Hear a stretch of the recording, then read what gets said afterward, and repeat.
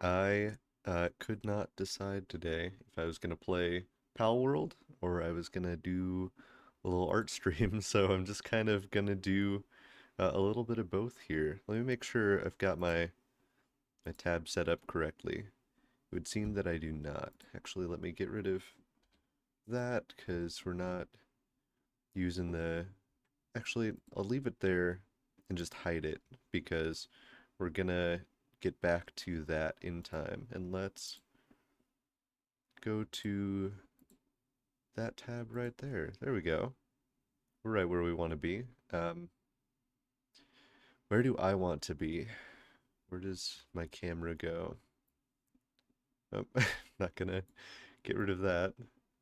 Kind of important to the whole art stream thing. Let's move me up here so I'm not in the way of like the tools that I'm using or anything like that. Let's move the chat down over here. Can I move like my layer setup up or down? Yeah, let's move that up and then let's get the chat down in here. That's a nice little spot. Oh, I'm being visited by a boy. He's done this a couple of times today. Hey, buddy. He's a great big dude to be sitting on the back of my chair. Hi, sweet guy. Oh my goodness. What a little friend. And I've got a little daffer eating some food back there too. Got lots of critter behavior going on, which is a good way to be. It's good to have critters doing critter things. Yeah, so I'm gonna go ahead and launch into some art. Oh, if if I'm allowed. We'll see. Hey buddy, where are you going? What are you doing? What are you about? Just gonna kinda stand there. Are you trying to come down into my lap? You're kinda sharp at the moment. It's not ideal, actually. Oh, I didn't mean to push him off of there with the force of my kiss, but he got the job done. Let's see. Let me get some tunes on in the background. Does Palworld have an OST at this point?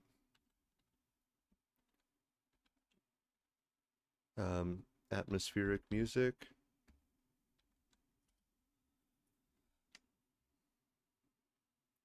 Okay, this should be fine.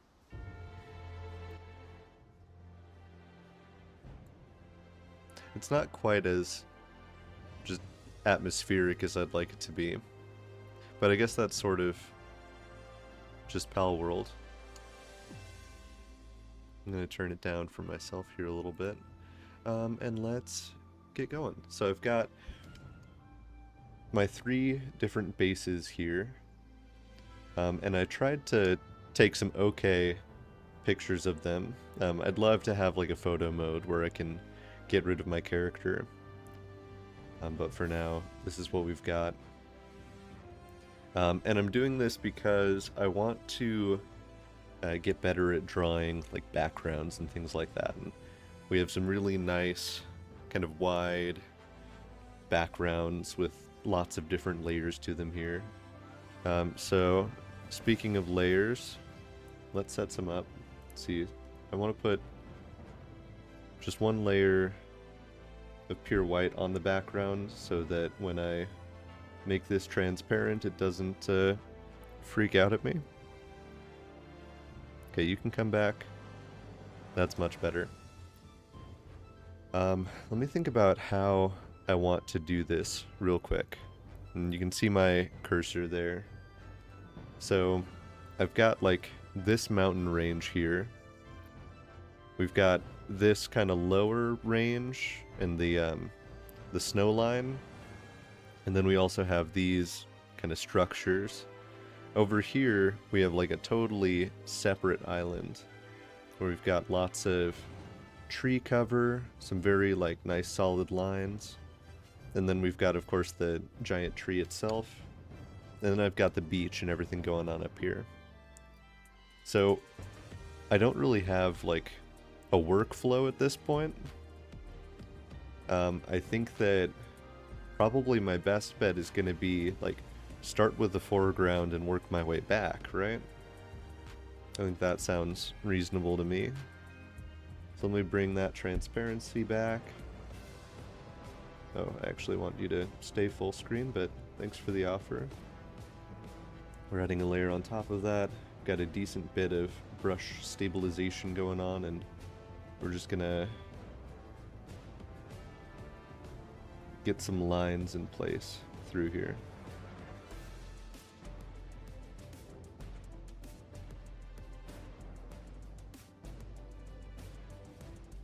I'm probably gonna turn my brush stabilization like way up when we do the coastline because it's just so smooth.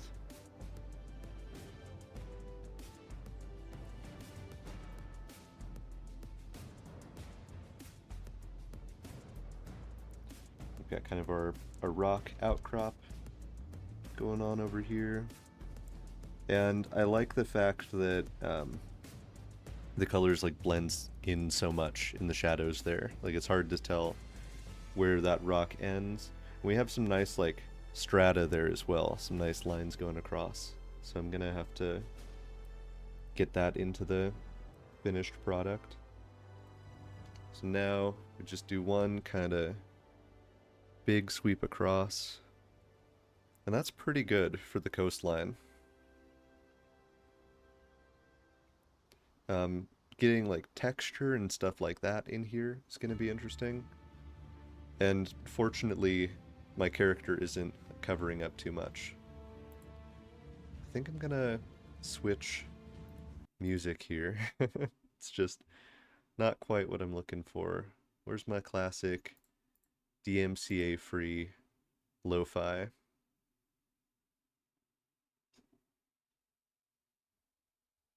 Let's let's go with this. Ooh. Yeah. No, I like that. Okay, perfect. Let's start getting some zooming going here. It would be fun to like just draw these UI elements onto the screen. Oh, let me get the kind of blue arc of my base divider in here as well. Is that it back there? Let me darken that. Yeah, so it's a circle that goes up through here and then back down and around. Something like that.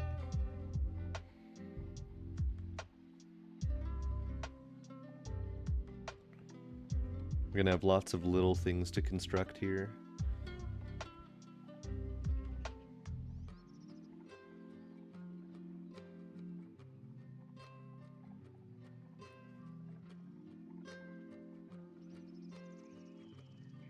Yeah, I am gonna be pretty much just tracing today, aside from like all of the color work, of course, is gonna have to call for a little bit more finesse. But like the main thing I want to learn here is just how to create these sorts of shapes and dimensions on my own as well. And so I'm hoping that this tracing process just kind of helps inform where I can go, everything. Of course, I put all of that on the wrong layer.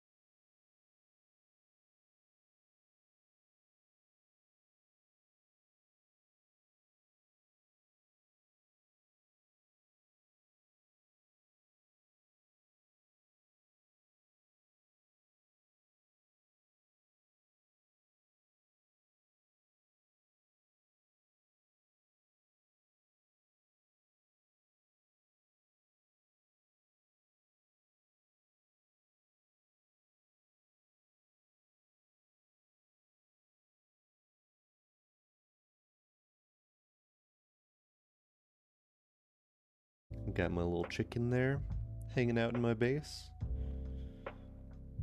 We have this hay bale here. Got some boxes just chilling in the background.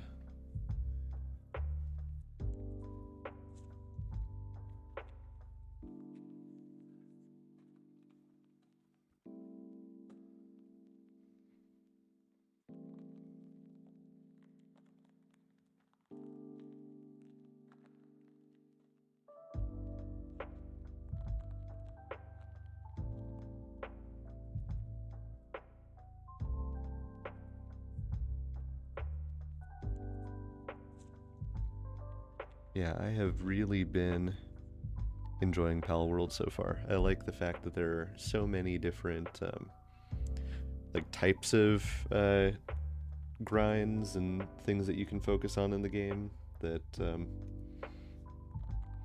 know, once you get kind of tired of one thing, you can move on to the next. Let me get my hatted friend in here.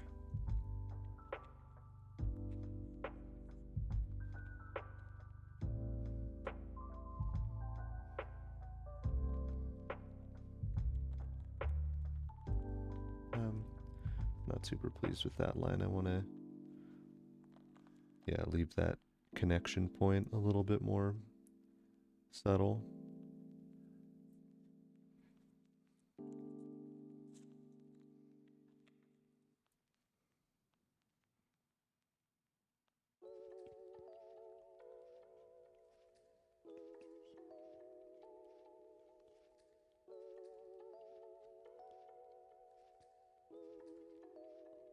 We've got the rest of the hay bale back here. I'm pretty sure I've got one of my bee guards sitting right there. I definitely have one of them right over here. But I don't want to mess with that just yet.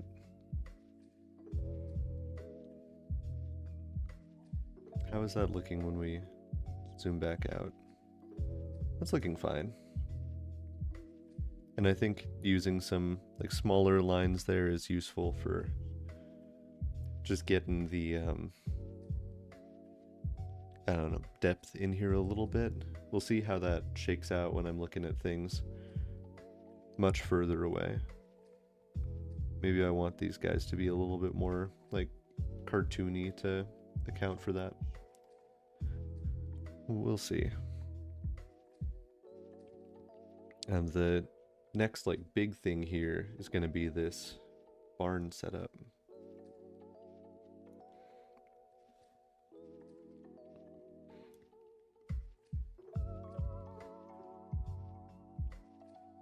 So let's check that out.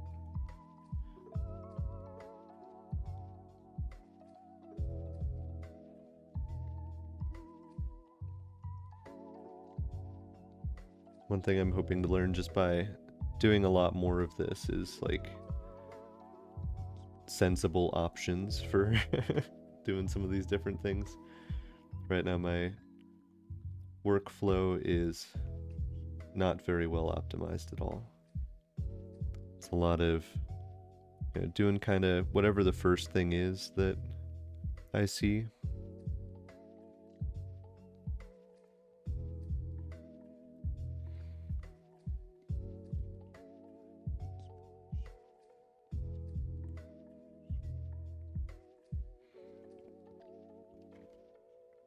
Let's get this egg in here.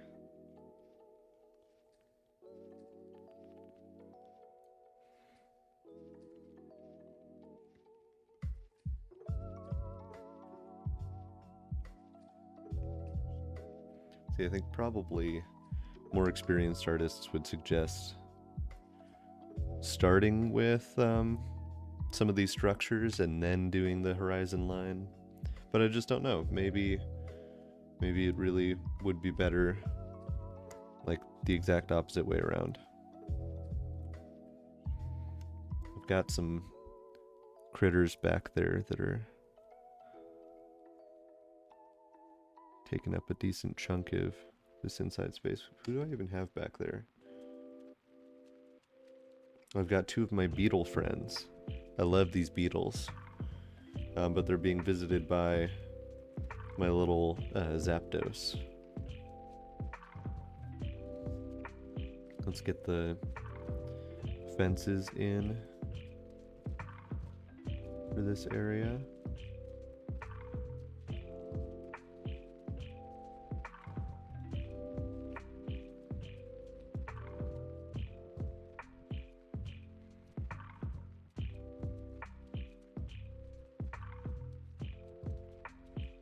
Lots of like fenced offedness going on with this particular base.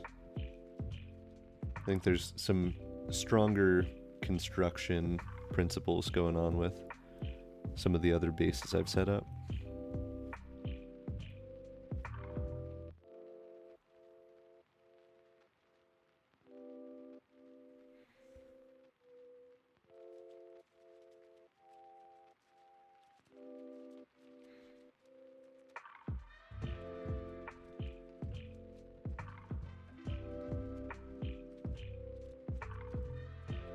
I'm curious to see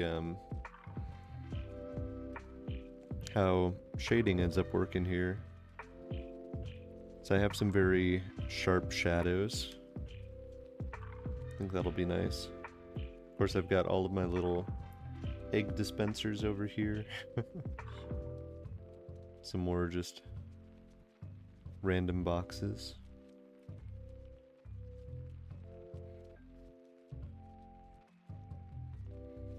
This is kind of a little excavation area that really realistically goes back here a ways. But that gives us some more crates and all that.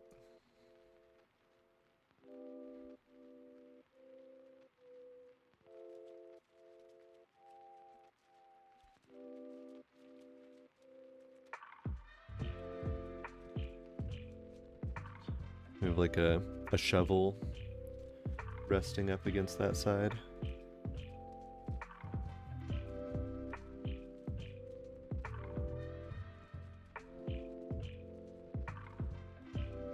You know, something simple there. Lots of rock detritus.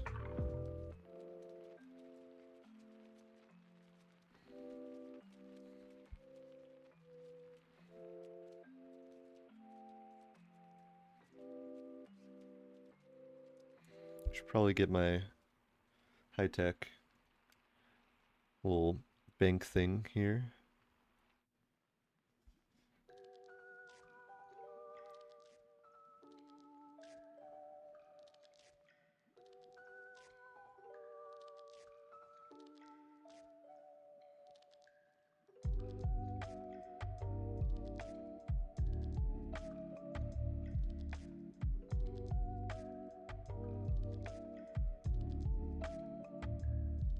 Something like that. We can fill in some more details later. Let's get all these little bed pallets.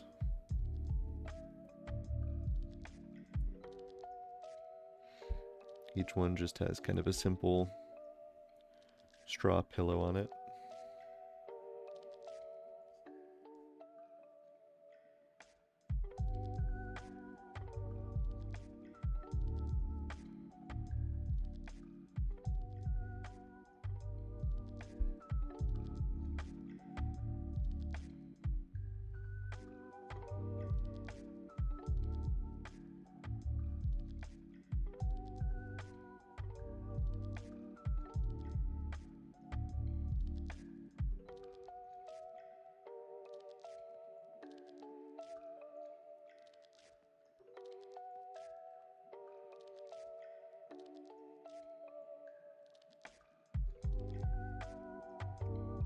I'm liking this little playlist I found. It's very cozy.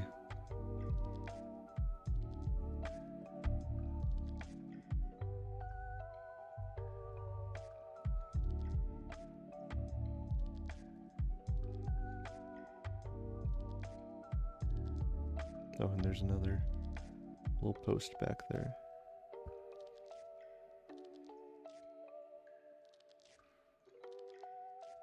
Okay. Oh, and we've got these two little friends going on a stroll together.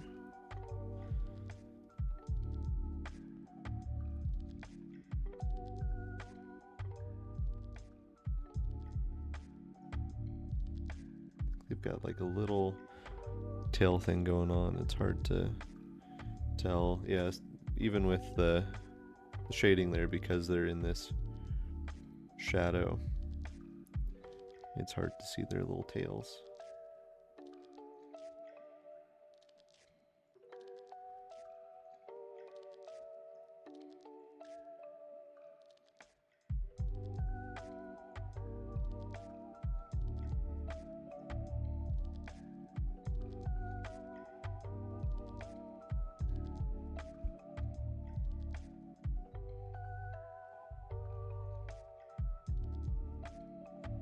Okay, I don't think I need to like sharply define those things. We'll see how I feel about it when we like get into it some more.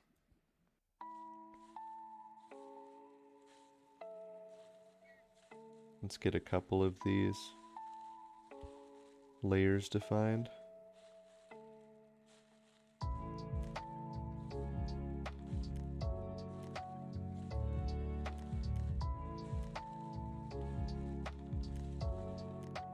Just to give us something to work with when we get to this rock. This is all like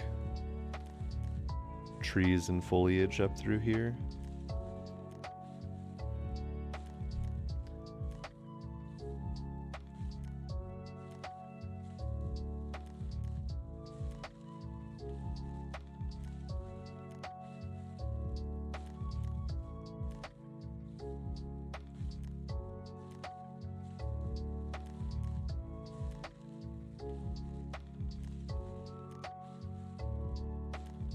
Yeah, and I should get these little egg containers.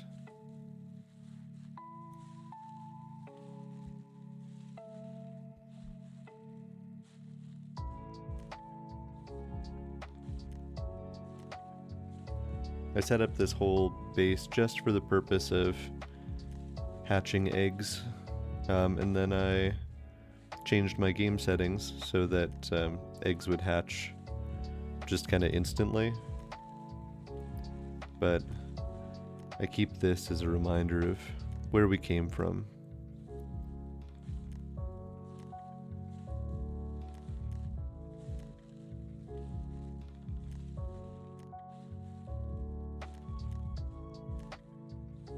Jay-Z Fetter.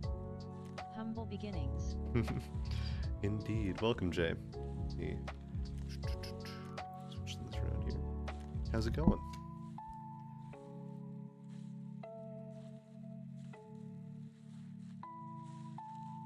Yeah, I don't know. I liked the idea of the anticipation of hatching an egg. When I, was finding eggs in the wild and setting them up, but then I also just want to like know what I'm getting, especially once I started like specifically breeding for certain eggs. It wasn't really a mystery anymore. It was just a 2-hour wait, and then my like Jay-Z climate Fetter. control pals Pretty good. wouldn't Went really on a stick hike to it. this morning and then made the mistake to grocery shop on Super Bowl Sunday. Ooh, yeah. I completely forgot it was Super Bowl Sunday O'Brennifer. too. Ahoy. Ahoy, welcome, O'Brennifer. Jay-Z Fetter. How's it going for you?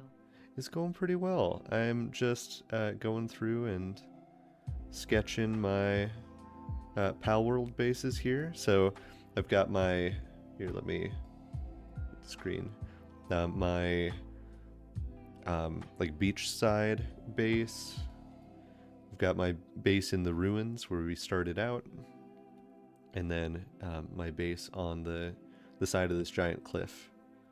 And so I started with this one because I think it has like the most distinct background going on, but it also has like the least going on as far as the base itself goes. So we'll see what this all ends up looking like. I'm gonna start a color layer for just like this base itself, I think. So let me get rid of that, and with it, like my whole character. Let me get actually some of these shadows first in this layer, just very gently. Got something like that. Of course, we've got this shadow here. We've got a lot of shadows just like coming off of our different base structures. And we do have some kind of gentle cloud cover that swept through here as well. Maybe I should save that for my lighting layer. Yeah, let's just get some like flat colors in here to start. What am I looking at as far as the soil color is concerned? I could do some like color picking, but I want to get better practiced with identifying colors myself. Let's get like an airbrush.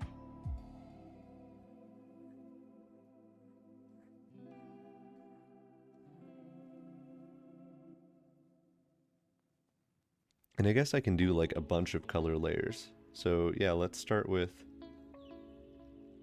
just airbrushing a lot of this same sandy color. Let's go a little bit darker for the rock here. Let's get a little bit of some like greens in here because we've got some patches of foliage, especially like by the rock itself.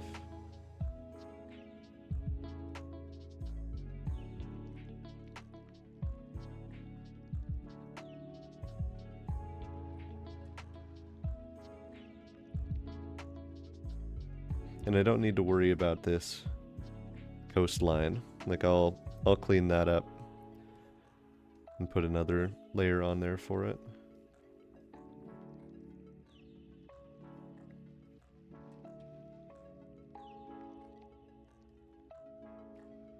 But that gives us kind of something to work with. And of course when we add more shadows and such on top of it, that'll help.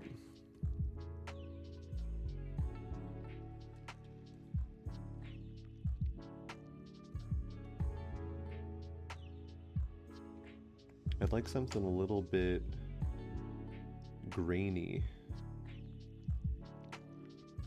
And I don't know quite how to do that here. I guess I could see what kind of brushes do I have.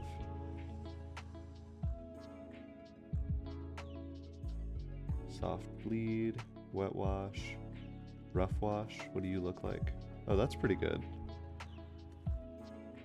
Yeah, that's kind of nice. I want it to be a little bit opaque.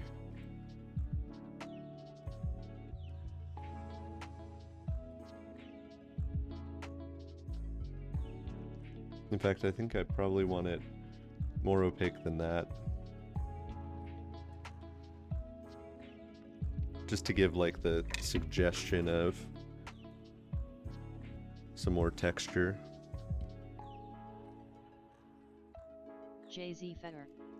Oh, that would be a good tree brush too. Yeah.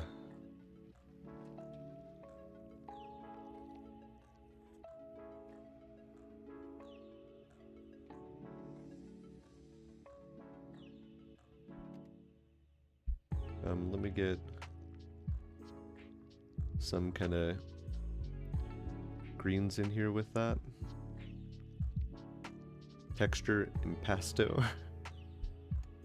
Oh, bird's eye maple.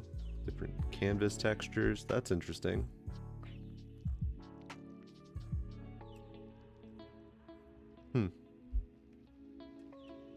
Yeah, it would be really good for the giant tree we're going to have in the background.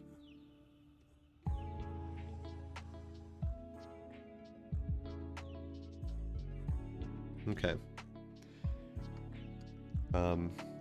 Now that we've got that kind of general background color, let's go in with a pen, or I guess I could use this round watercolor brush. Fully opaque.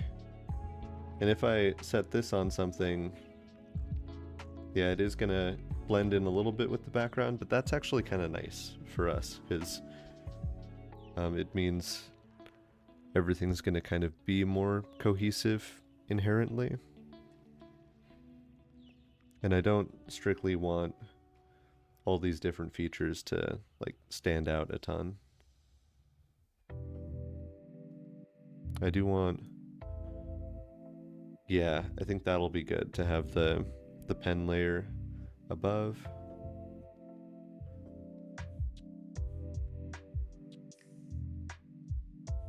The rock has a lot of kind of reds and blacks and kind of light oranges to it.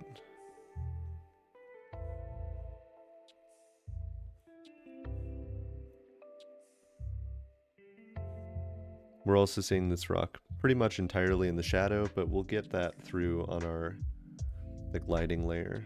Let's get some light kind of pinkish oranges.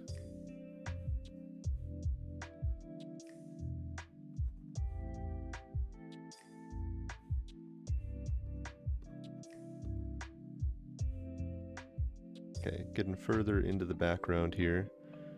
And we do have like some critters just sitting in here.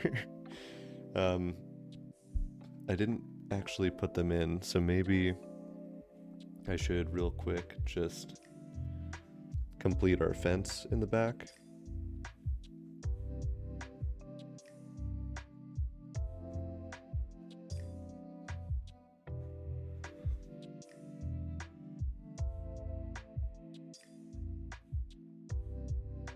Just for the sake of something there.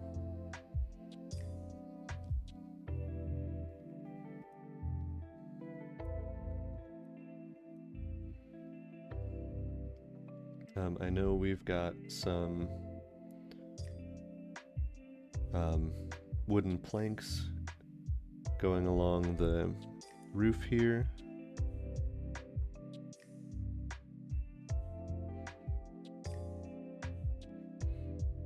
And let's go a little bit darker for these support beams. The rest of the roof is kind of a lighter reddish color.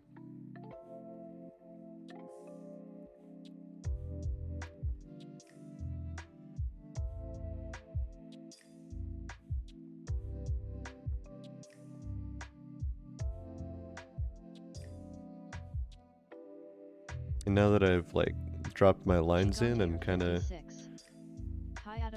doing the rest of this from memory. Welcome, Gigantor. A Brenifer. The watercolor effect is lovely. It's nice, yeah, and I think a lot of this is going to look really rough when we're right on top of it. _candle. But it's going to look a lot less rough once we're like in it.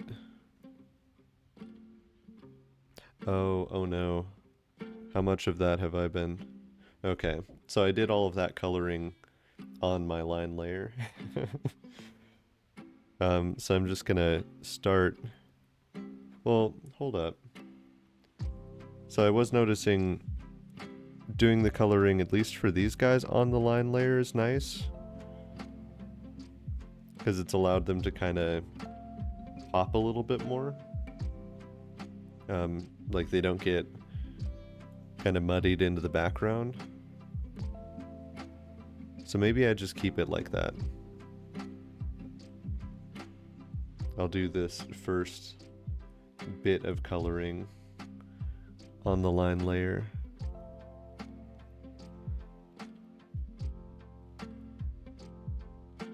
I guess I could just also have like a second coloring layer.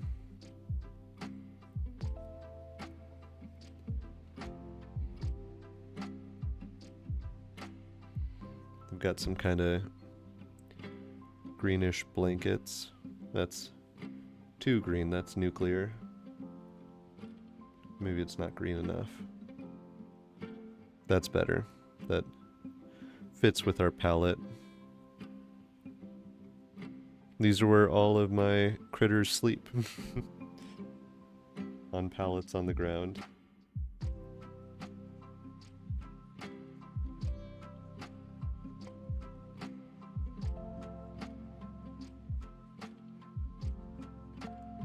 We've got some more boxes.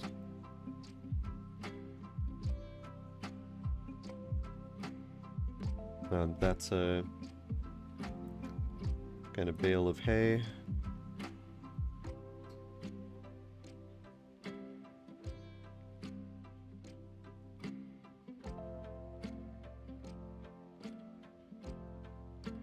Got all of these egg friends,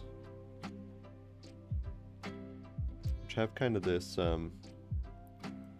like royal purple to them.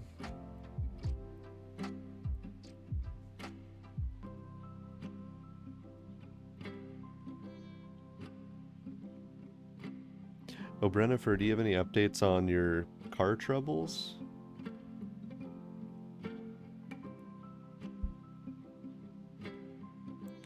Do you have your car like fully back and in good shape? So I think last time you were saying that they figured it was some sort of like heating problem. And yeah, I could make that cleaner, but I won't.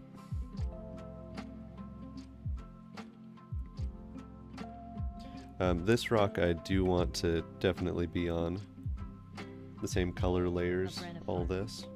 He seems to be 100% again. Oh good. That was really weird.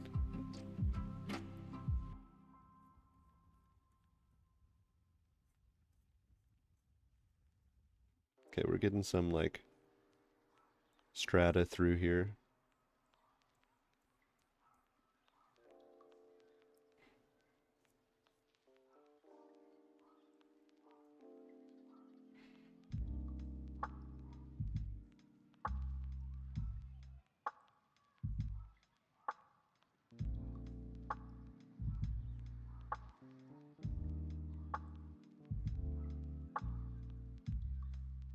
Of course, being a rock, some of these layers are going to be thicker than others.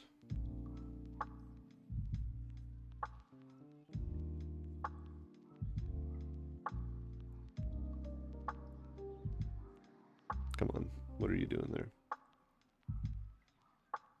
There we go. They won't always like maintain perfect thickness throughout.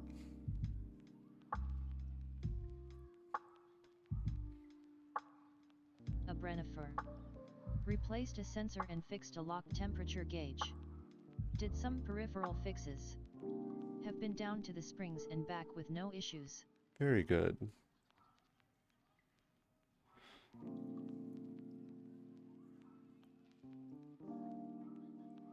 How did you tell that there were issues? Like, did it completely seize up or break in some other way?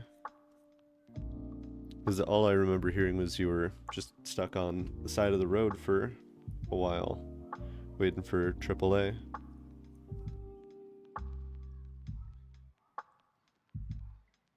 I want to do some like blending to this. Not that way though.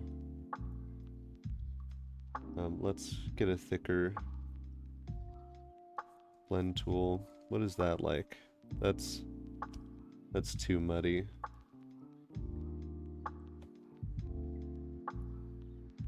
Blur? Is that what I want? Nope. Fingertip. No, it's just kind of removing the roughness. And I don't want to remove the roughness. Painterly blender. It's kind of a fun shape, but not what I want.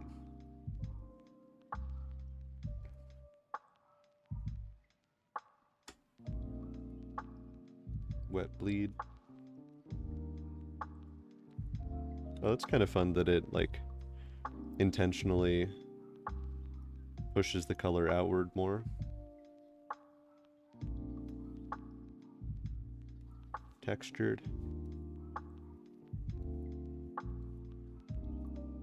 That actually is kind of more what I was looking for.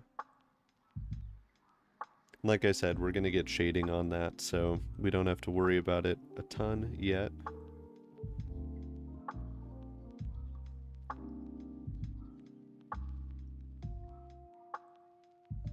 That's feeling kind of good as far as the surface goes.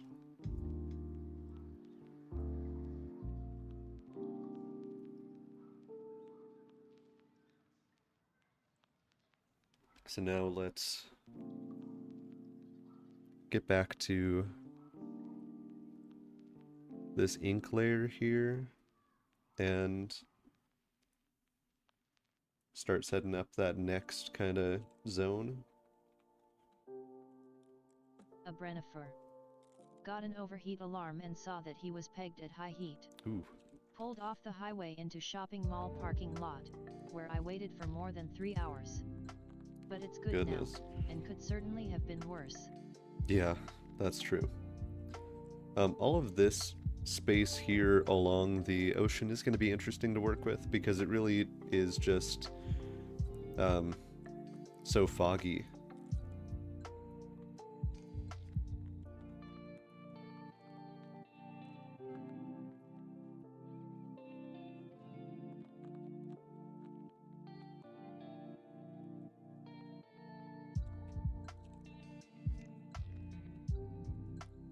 Gigantier 56. Did you get cold?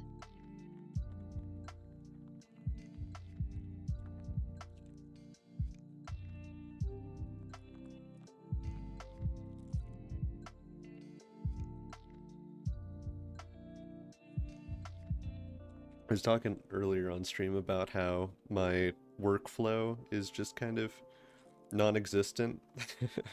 And I think this is good evidence for that, where I'm like taking forever on a single rock and then just not at all. Cranking out a mountain range.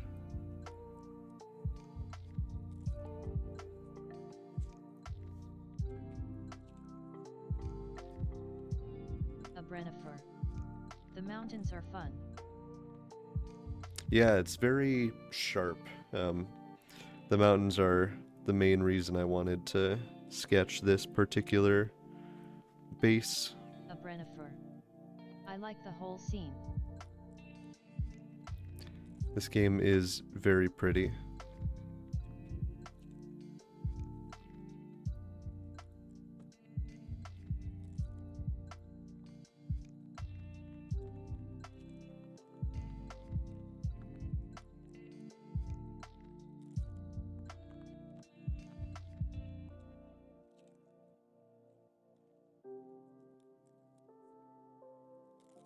So we'll get some kind of vague levels there. But most of this I want to kind of allow to bleed away and blend into the sea.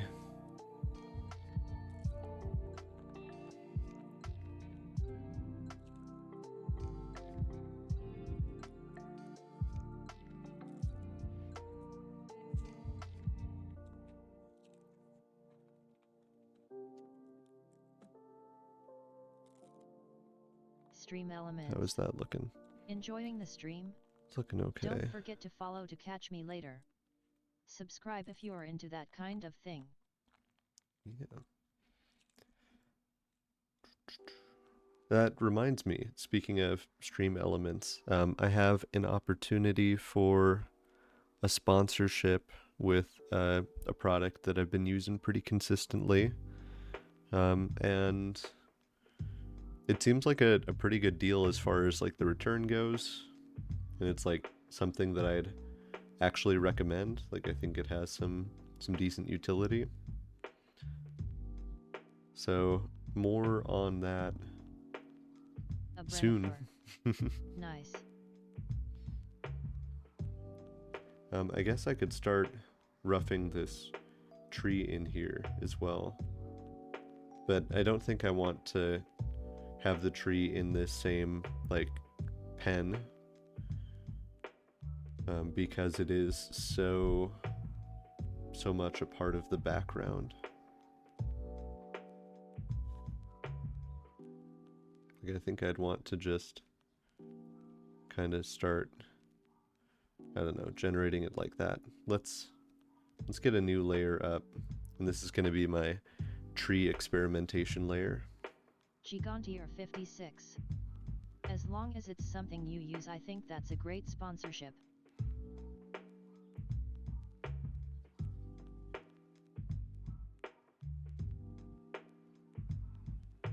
Yeah, I think so.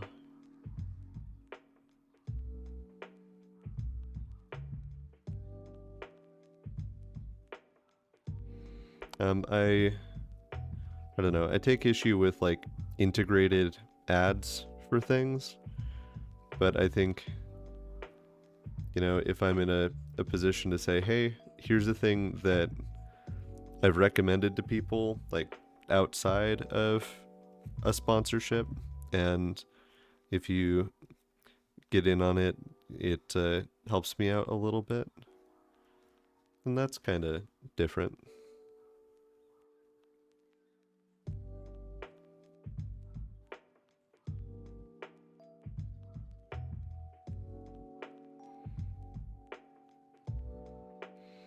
We do still have some of these branches going like quite a ways up into the base of this tree. I'm just gonna kind of layer over them with, I think, that same brush I was using for the soil.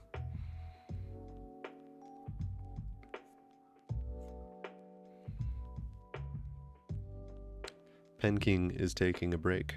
I don't know if any of y'all knew that. Was it the wet wash? No. Rough wash? Yeah, there you are, buddy. Very good. So let's create a new layer on top of this one, actually, and that's where I'll do my rough washing.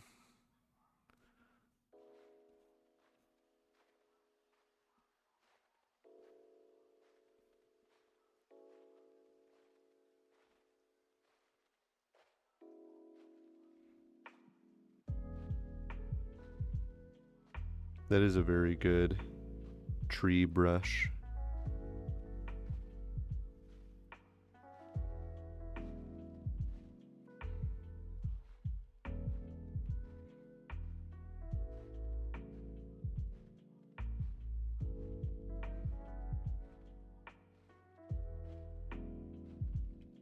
That's nice.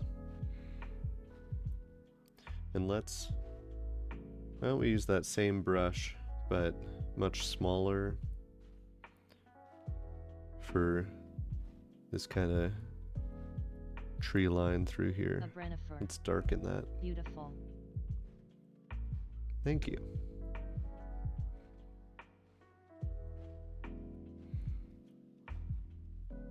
Every time I find a tool that I like, my first inclination is to consider it cheating just a little bit.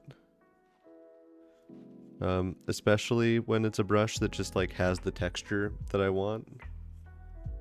It's like at that point, why don't I just have one brush that happens to look identical to the foreground I'm going for, and just stamp that on, and then one Gigantier brush that looks like the 56. background I want. One what slash who is taking a break too? What is this software? On one, Pen King is one of the critters from the game, and just while I took this screenshot, it told me that it was taking a break. And two, this is Clip Art Studio, or Clip Studio Paint, not Clip Art.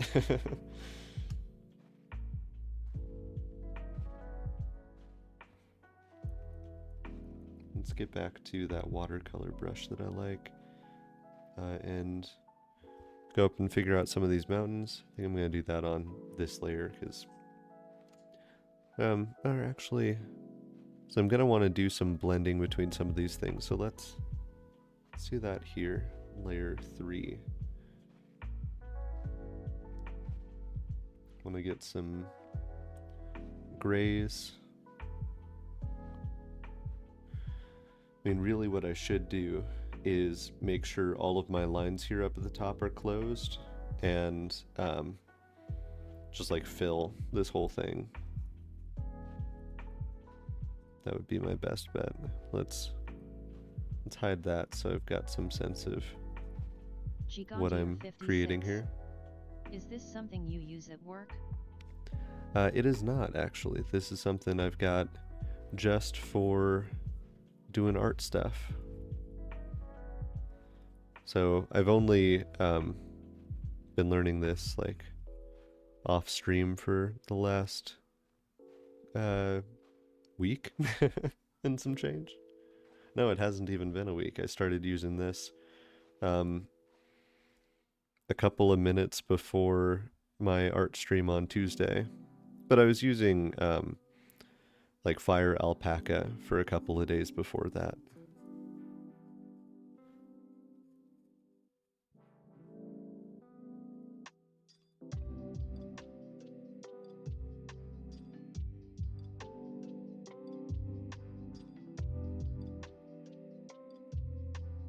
We also need to get like the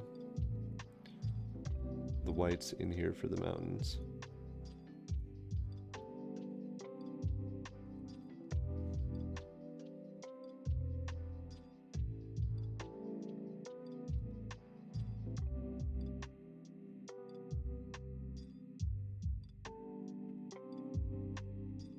I guess I don't strictly need to, yeah, because it's going to be a white background. I really should just focus on getting the pieces that I need to get. I don't like that color. Gigantier 56. Pretty severe peak in the middle. Yeah, this is true.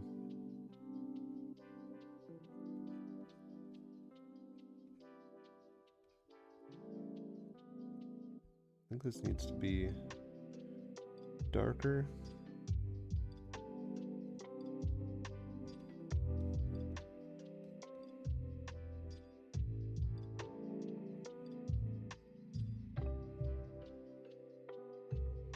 And something like this blue is probably what I'm gonna be using when we get to the point where we're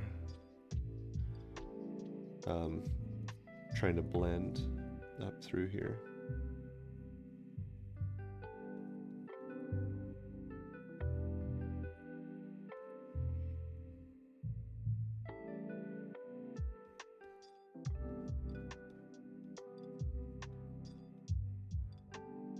Of course, we've got these structures that maybe I want to go like more gray metallic for, to contrast against the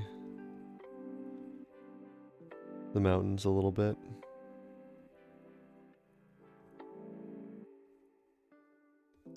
And I'm trying to remind myself as I'm working on this that I have another 2 things.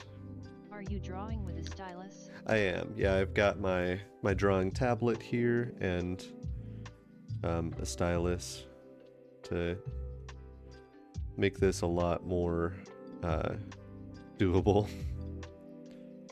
I could not do something like this with a mouse and keyboard.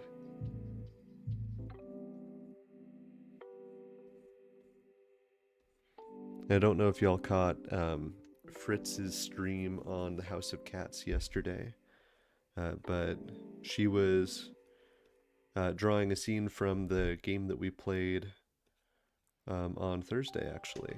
And um, yeah, everything she was doing was on one layer, and it was all mouse, which is just insane, but it was so good.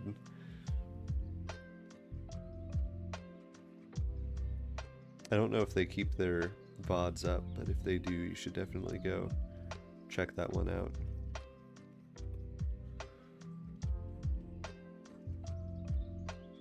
Gigantier 56. That would have been fun. They are a fun couple. Yeah. There's some cool cats. Let's get this rough wash back and bring this up a little bit in size.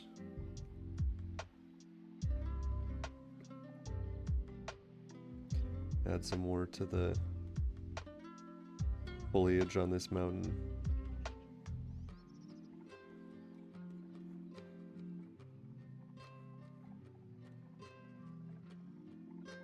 Okay. Now I think I want to try to get some of this fog in over the ocean. Let's pull that up and have it be our very top layer. And let me zoom all the way out.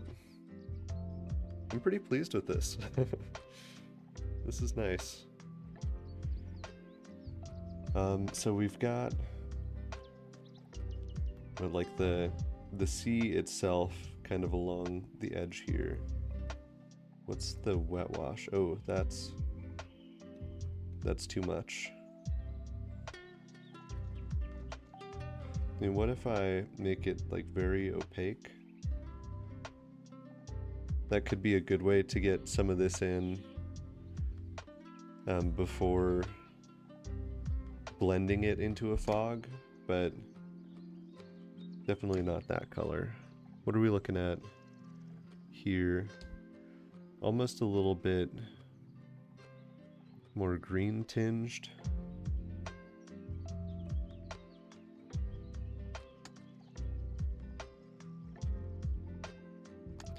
And I don't know if I actually want this above that layer. So now when I put this in, it's showing up behind our rock and our mountains and all of that. So that's nice. It does lighten up quite a bit as we get higher up there.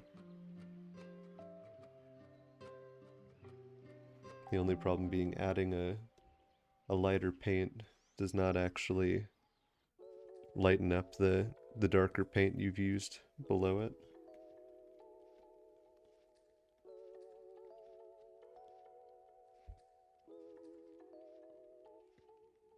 But maybe all of this should start out less saturated anyway.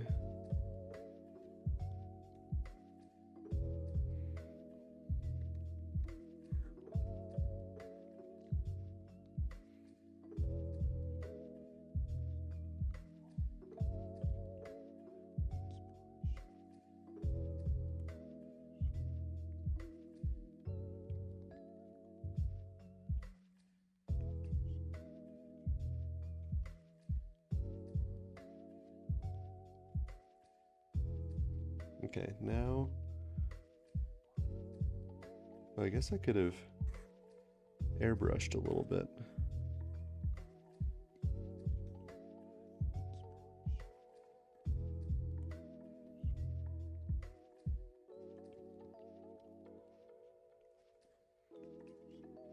I honestly might not need to do much in the way of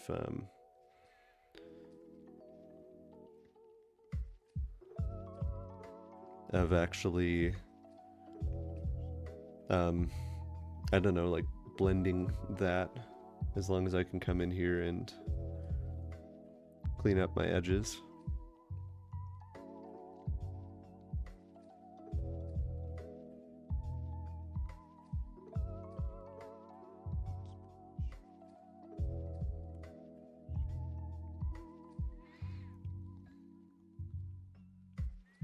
I did end up moving that whole layer back because I want to be able to see my... I want it to like cover the stuff that we've got in the back is really the biggest deal there.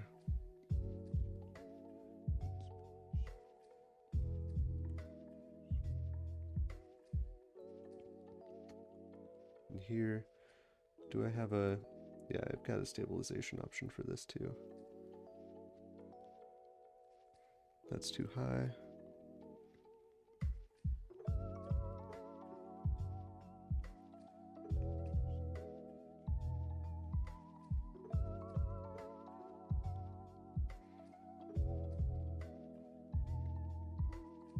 Even if stabilizing like this means I have to go through and make a couple of passes at the same thing, it's still gonna save me time in the long run.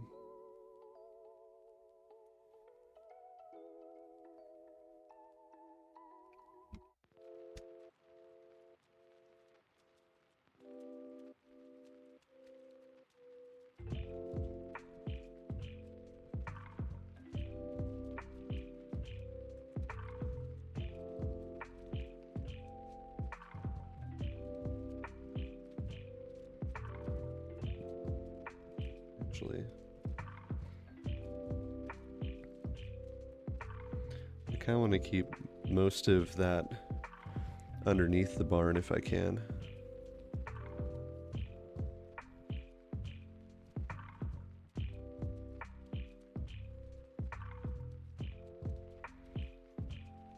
And this is where if I did this coloring on a higher layer,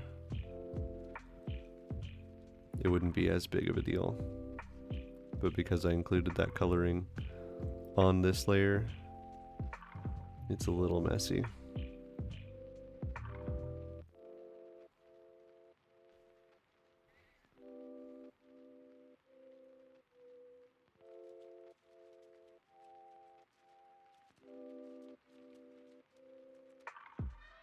Okay.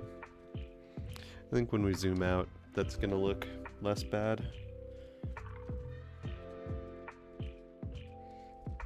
And now, of course, I can bump up the size of this brush a little bit and start working away this inside stuff.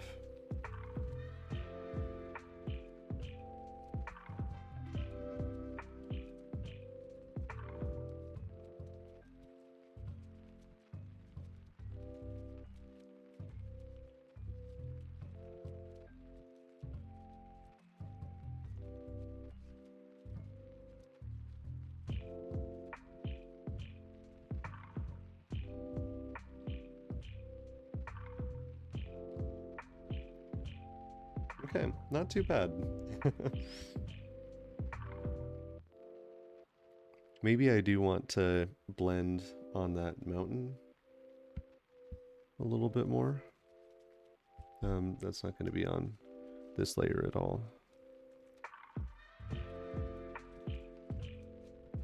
That's on this layer, okay.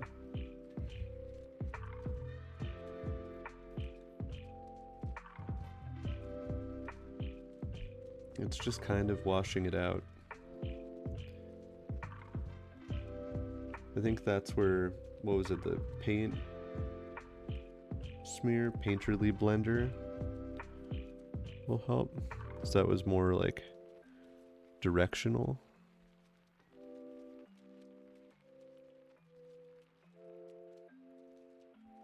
Let's mess with some of these different factors. If I take the color stretch down, if I take the brush density down, okay, that's more what I'm looking for. Like we still have some distinct lines there, but it's softened somewhat.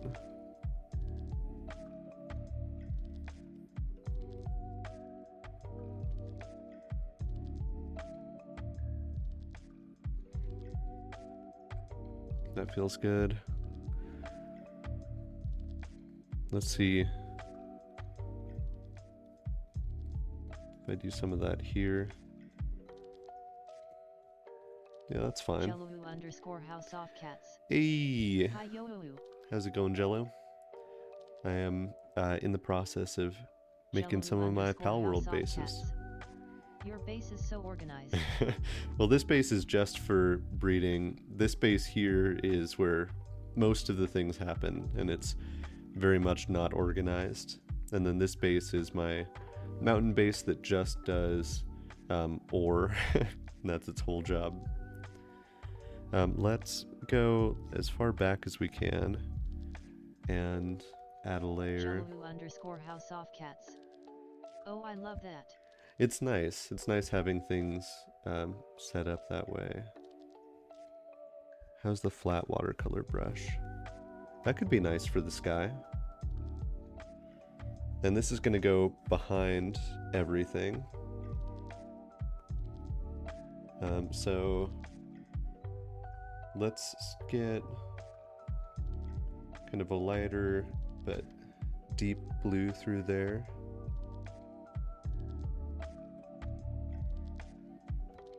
Oh, and let's lower the opacity because I don't want it to influence that tree quite as much as it is. Yeah, unfortunately, because I didn't fill these objects, hello? Because I didn't fill this with like a white beforehand, it's gonna bleed through. Which layer did I do that on? I did it on this color layer. So actually, if I wanted to, what I could do is go through here with kind of a large white pen. I don't need huge stabilization for this, but thank you. And just doing that is gonna remove the sky.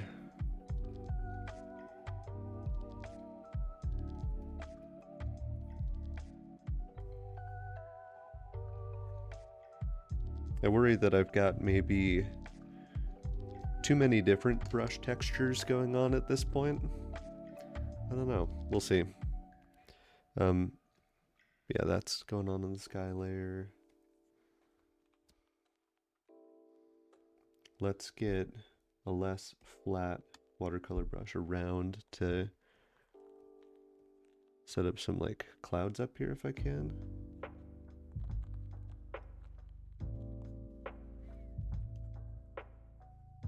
Oh, I forget with the watercolor brushes, it's all like, you know, additive. So I can't actually put like a lighter thing onto a darker shape with that brush, but I can lighten things a little bit, add some cloud cover for this kind of foggy morning we've got going on here. And that's a little bit of sky. Like, it's not making a huge difference, but it's a little bit. And yeah, I mean, now when I add in this background layer, we're not really missing much other than some shadows. So let's get a new layer going on top of everything else. And this will be our shadow layer. So what's my opacity looking like here? Oh, I guess this is where probably a round watercolor brush is best suited. I want it to be way more transparent than that, because we're just trying to add the suggestion of some shadows. And can I get rid of the edge. Yeah.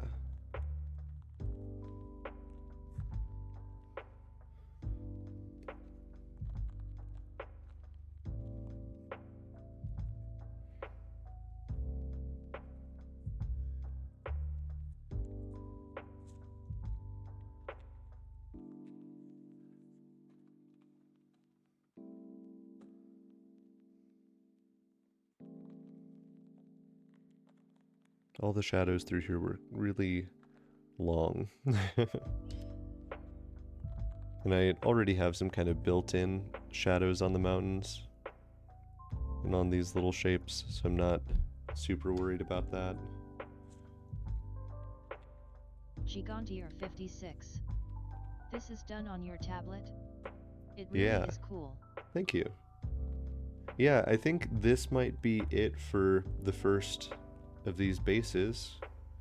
We can always go back to it and add more if we want to, but that's what we're looking at. Let's move on to some of these other bases. And for this one in particular, I'm really excited to try and get this like cliff face in here. And here we just have a lot more like constructed stuff. So it's a lot more, I don't know, like tangible. There's more texture, more grit to it. This was not very gritty. So let's go ahead and get some line work done. I forgot I want to add a new layer just underneath there. You can go away for now. I'm going to fill in with white so that now when I go in and I ask this layer very nicely to become more transparent, it won't give me too much grief. Okay, so what did we learn from the last process? I went from the front backward, which mostly worked out pretty okay. I definitely want to more explicitly get my lines down and then get into coloring versus, doing what I did Jay-Z last Ever. time. Pen King 8 baked berries.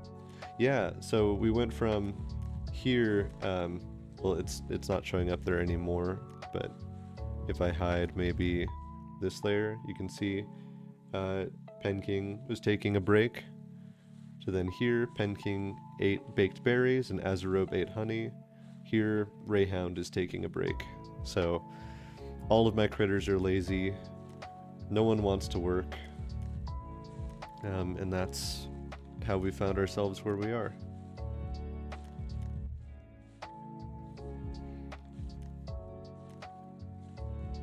I do love this pen for,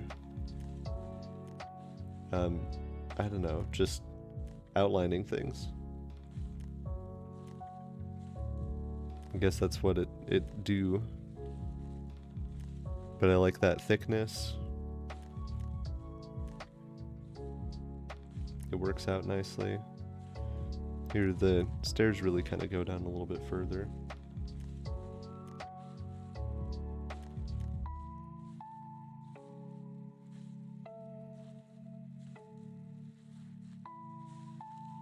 I don't know how I feel about the noises in the background to this lo-fi hip-hop beats track.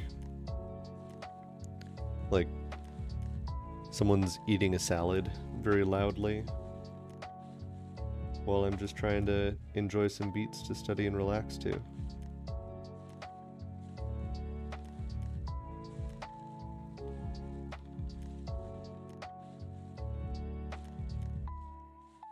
I'm gonna have to figure out what the rest of that behind me looks like, but that's honestly probably fine.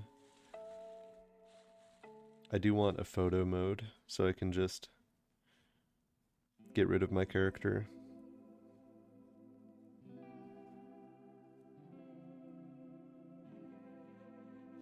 We have some kind of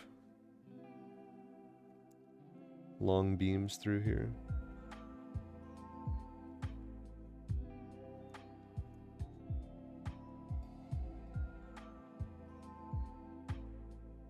stream elements. Join my Discord, https://discord.gg/snitchfucky. Jello, have you or the cats done much with sponsorships? If you're still around? I'm curious if you have a take on them. I've always been impressed and enjoyed how Brennifer went from a blank canvas to a pencil sketch to an oil painting. Yeah. It's so magical. It's really satisfying. And something that, like, you know, I didn't really experience for myself too much until just recently. Like, I've played music, and that's kind of been my main art thing. Not really, besides like keymailer stuff. Gotcha. But yeah, now that I'm like doing some art here and there, it just feels really good.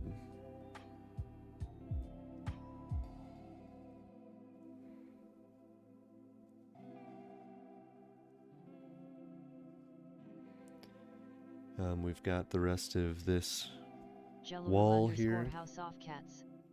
Like, if it's something that I would see myself playing or using already, then I think it's a perfect fit. Yeah, definitely. Yeah, that's the thing. I got a sponsorship offer for a product that I already use and have recommended to people without being sponsored. So I think I'm gonna go for it. I don't know, don't want to be a sellout or anything.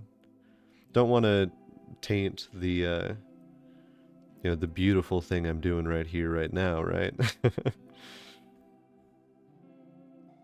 Make my gaming any less pure.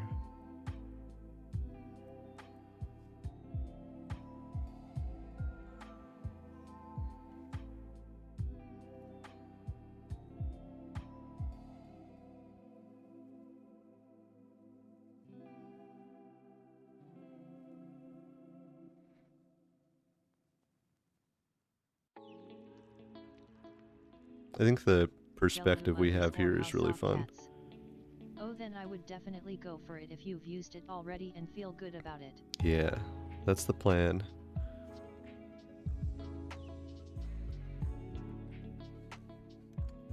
Okay, then I'll say no more until I've got the promotion running. Just redact the part where I've said I've, suggested people use this product before being sponsored. So I don't work for free. _HouseOfCats. I think it only takes away if like you started shilling for something you have no interest in at all. Oh yeah. Yeah, and this is not my day job, so I don't plan to do that. I want to do some more with like implied lines through here, so not like fully finishing the connections between these cobblestones.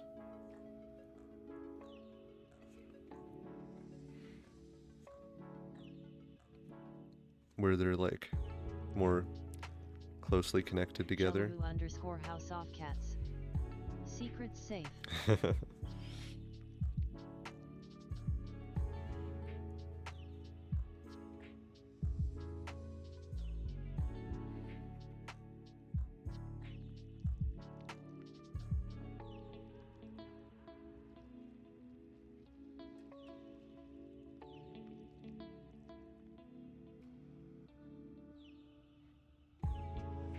And I mentioned it near the beginning of stream that, I don't know, I don't feel great about tracing in general to like get a final piece. But right now, my main goal is to start building up some kind of muscle memory, some confidence for, here's the kind of thing I'm trying to do, and I've done a little bit of it before, so I can like start to approach it. Right now I don't have that, so like it's kind of pure guesswork, and sometimes it works out and sometimes it doesn't. But doing things like this is definitely going to help. to develop that a little bit more. So it's all experimentation. Jello, do you do any art stuff? Do you have a medium? Play music?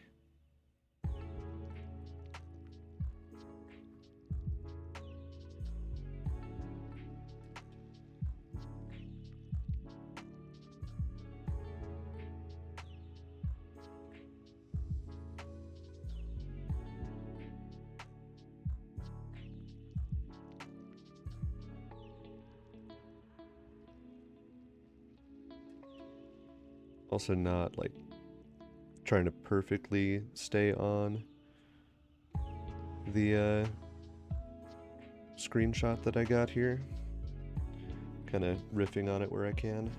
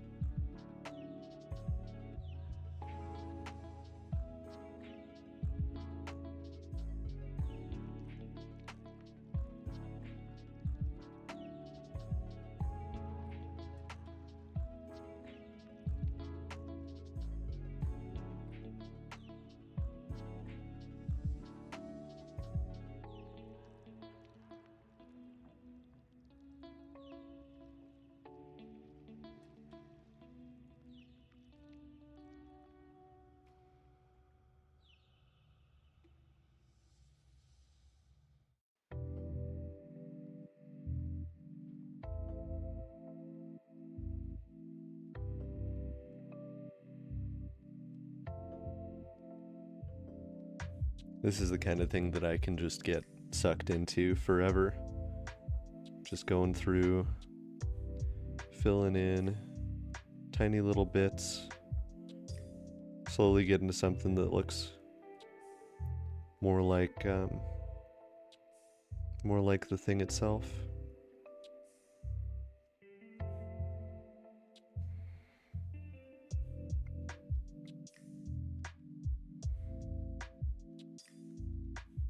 So maybe I have one layer here that's just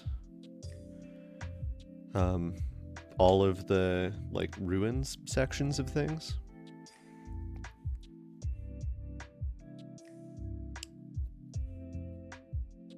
I don't know if organizing things thematically like that is gonna make the most sense. Let's have this layer just be like where I am up on the hill. Oh, hello. I didn't actually want to pull you out there. I wanted to draw. If that's allowed.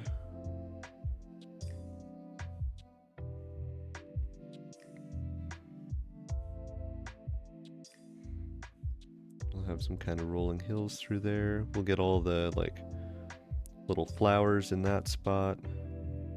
This is all connected.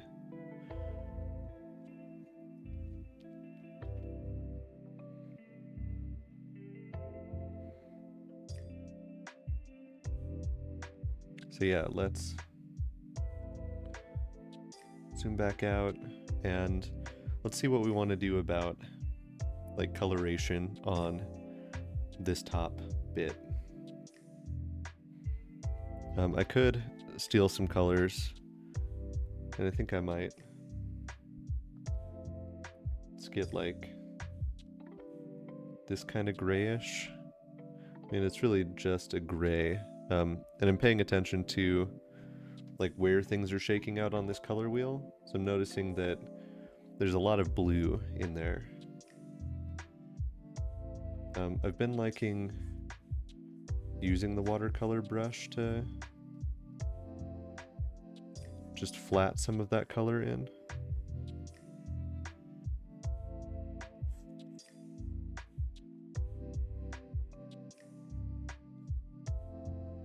So I could honestly start out with just a very large... I don't like that. This product doesn't like lefties.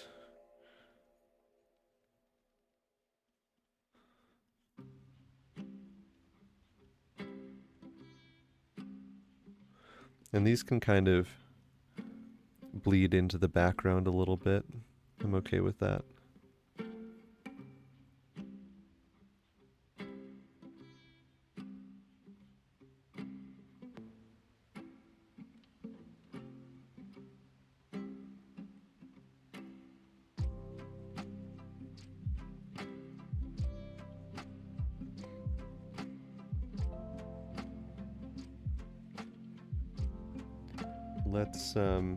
Let's collect some of this green that's on some of these, which is really like very orangey. That's cool. And we'll start to get some of that down.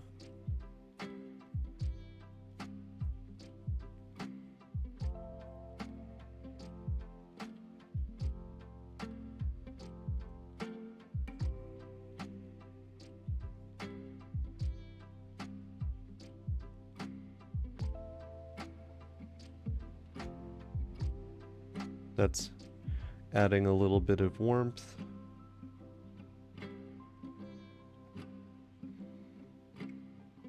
Let's get some of... Yeah, so here we do have some like real green sorts of greens. Just not a ton.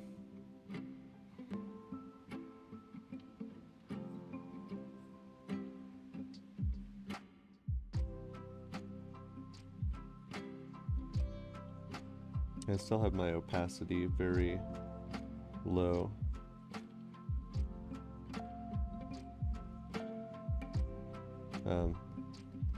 Which was maybe for the best. Let's at least use a smaller brush.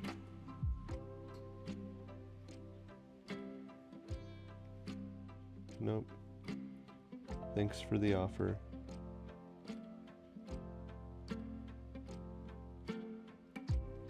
Let's brighten that a little bit.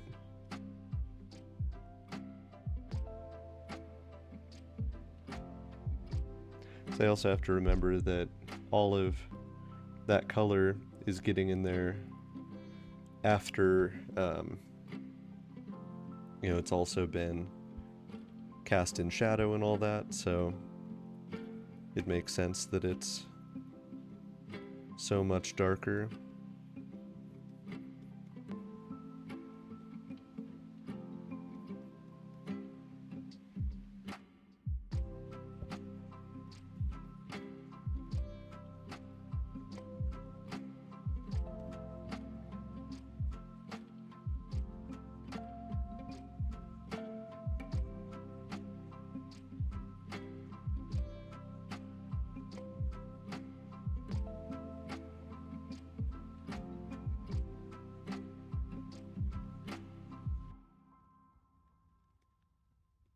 Okay, that's starting to look pretty good for our first layer here.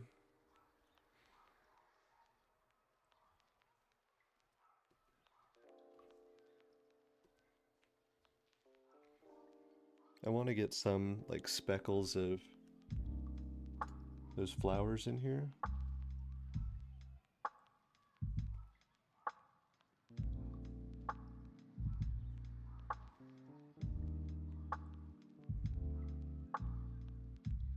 I think the rough wash brush will be good for that. And let's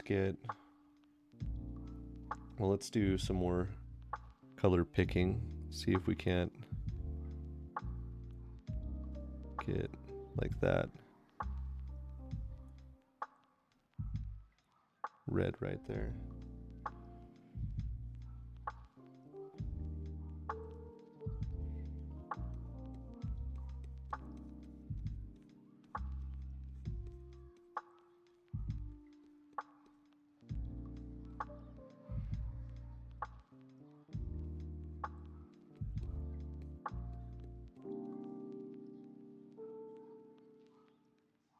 And then lighten it up. Bring it into this kind of pink range. That's maybe too much unless I reduce the opacity.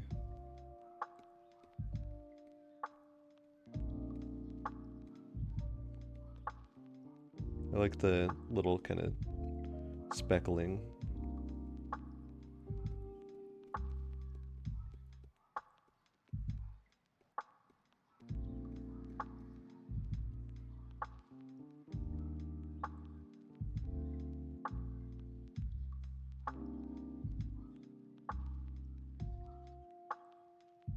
Icky_how_softcats.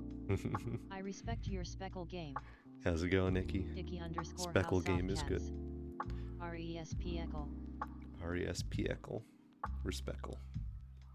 I do like that Restream chose to read that as RESP-eckle.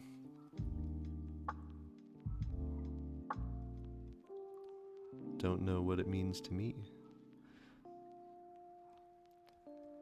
I am trying to design my Palworld base here. Just a little bit. So let's see. That's kind of our first layer. See, do I want to do everything on this same pen layer? Maybe. Maybe I do want to keep all of my lines on the same layer. I think that could be good. Things get significantly more complicated this next step back. Heard we missed some drawing that Fritz was doing the other day. Yeah, I was talking about Fritz's art stream yesterday and how she was sketching out some scenes from our game.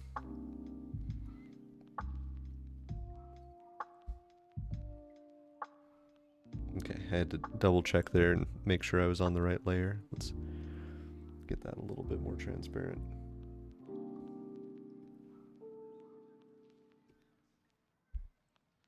Icky_how_softcats. I can post it in your cord if you'd like. Yeah, please do. Ye old cord.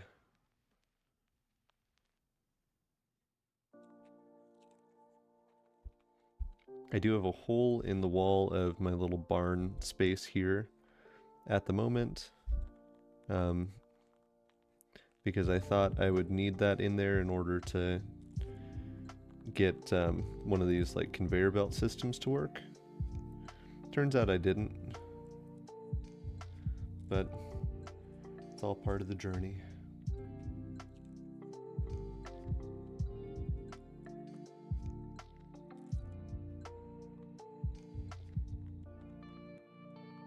So that whole building's gonna go back that way.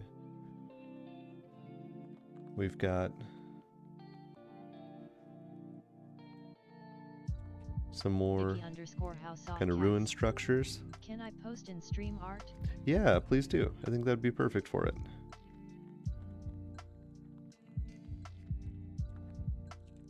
I've got my little cooking stove over there.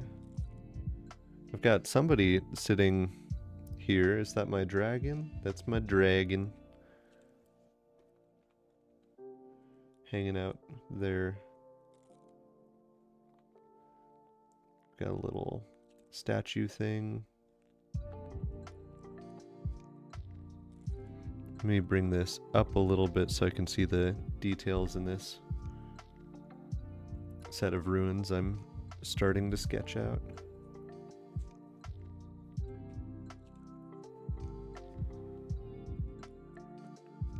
You can see all of my creatures. They're very sane, very happy, which has not always been the case. It's hardly ever been the case that my creatures have been sane. Speaking of, do I have any rats around here? No, not in the immediate vicinity. Okay, posted. It was so cool during that stream to see just kind of how our perceptions of each of the characters were a little bit different. Like I imagined, I think both Dr. Leo Horrible and June, the chaplain, to be much older.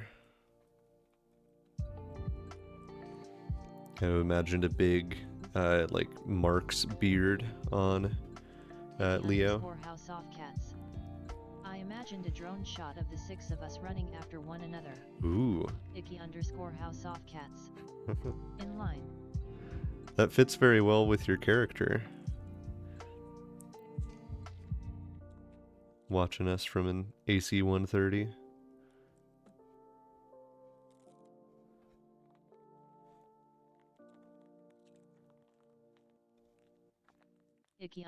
House off cats. Some curvature would have been nicely dramatic. Little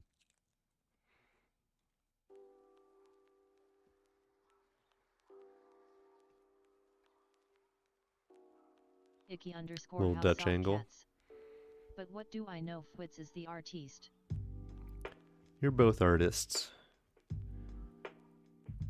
And I was asking Jello, but I think he might have left the stream about his experience with art. I think everyone should do some sort of art. Music is mainly what I do. This is just for fun. This is not business.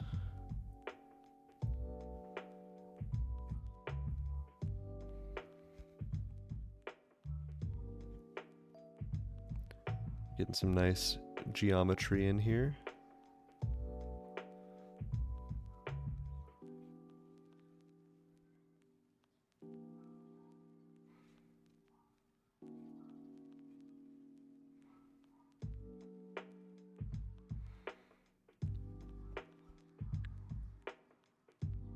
I like that everything down in this area is going to be hit by the light much more directly.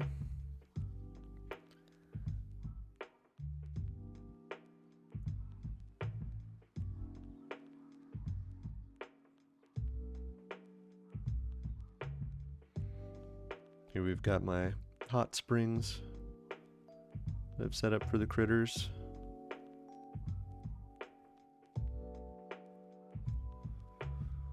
I'm going to try to, I don't know, do something a little bit impressionistic with these trees.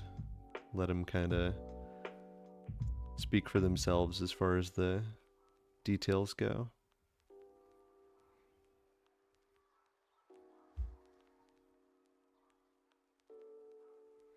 Just to see how I feel about it, because I like nature scenes, so I'm probably going to end up with a bunch of trees throughout my time spent with a pen. So if I can set things up in such a way that I can do them stylistically, I'd like that.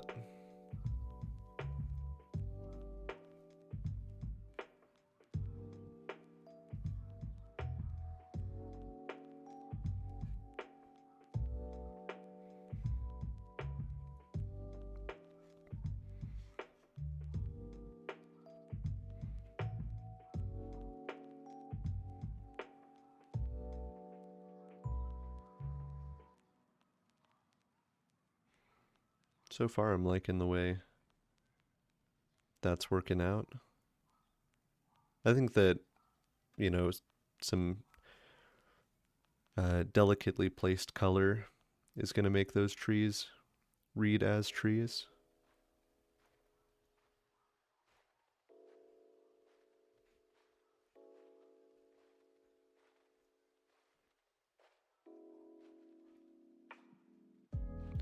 And the background sounds in this lo-fi beats playlist have transitioned now from somebody eating lettuce to somebody walking through snow.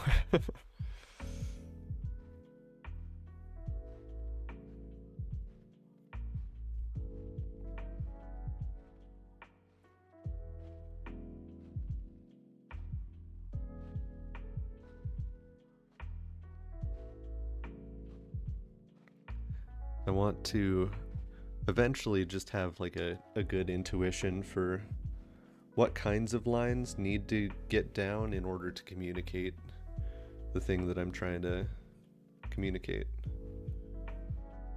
Because if I can express something without a line, That'd be great. Adding too much could just muddy things, busy them, make the likelihood that I'm distracting from the thing that I'm trying to do a little bit higher.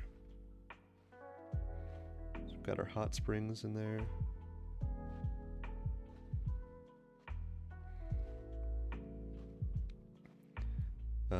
Let's take stock of what we have right now. I definitely got more detailed with drawing this next bit of the horizon as I went. So let's see if we can do something about that over here.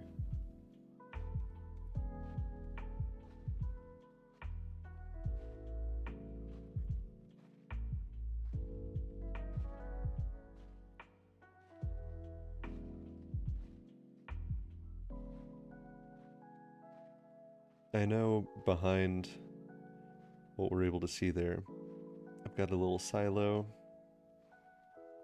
I think I'm gonna pretend that this pal isn't here and just kind of continue the wall across. We have these hot springs.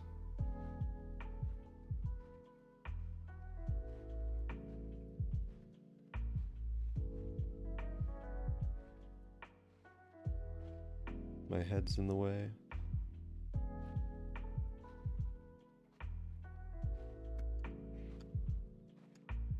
And right now with the light from this window, I'm kind of hidden a little bit. Just the slightest bit spooky. Let's get that wall through there.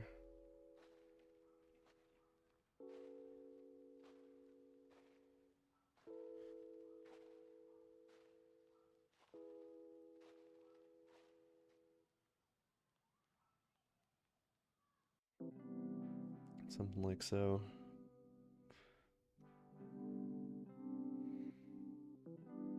Start getting these conveyor belts in place.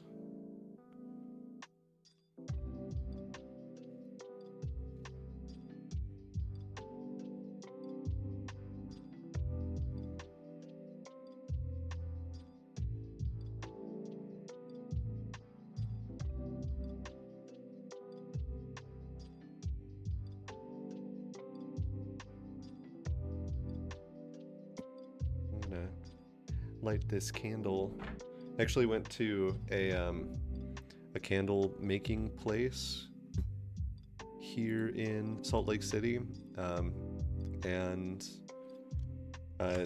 they let you like figure out what kinds of scents you want in your candle. So I've got old books and some sandalwood, and some more kind of like earthy, mossy smells going on there, which I've really been enjoying. The candle has just lasted a while at this point. Very good sense. Gigantier 56. Oh nice. Old books.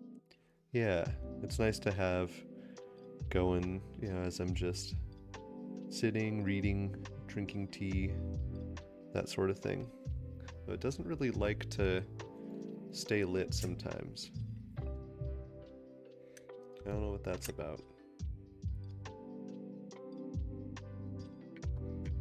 Alright, let's try that again, bud. I think the problem is it just needs to stay warm for a while, to like really engage. Sounds lovely. Yeah, it's quite pleasant.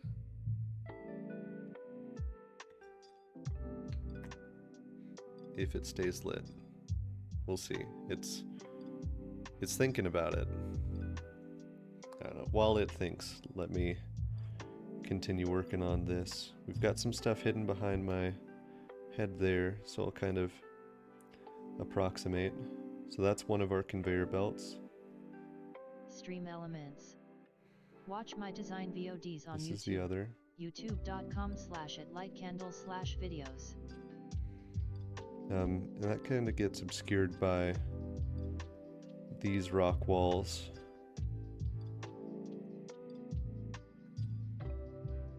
Probably should have been part of my earlier piece of this upper wall.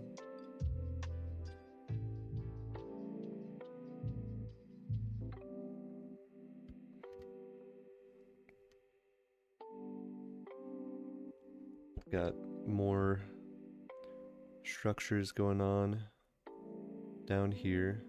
I think color is going to be really important to communicate. Just the difference between like the ruins down here and all of these different more mechanical things.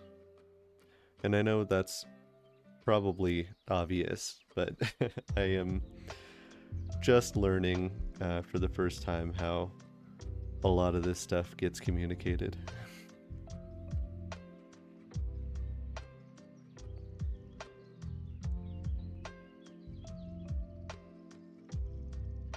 Okay, the candle is staying lit for now, just barely.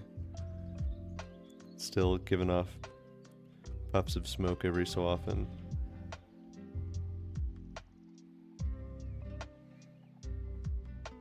I've got my workshops down through this area. I've got my dragon doing dragon things.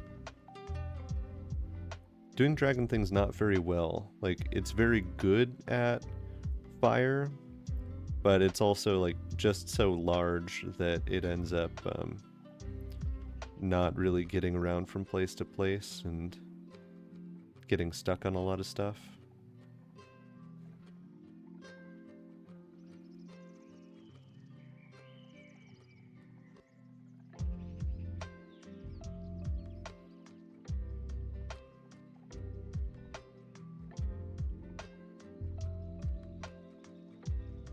This is kind of a large furnace.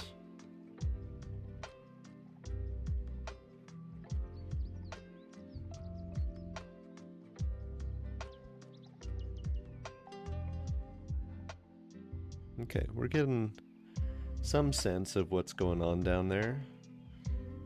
Up here, I have a couple of fields running across.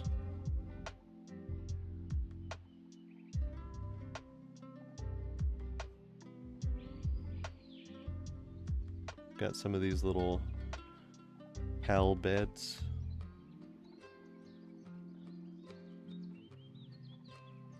Most of them are over here though, where they're just kind of laid around willy-nilly.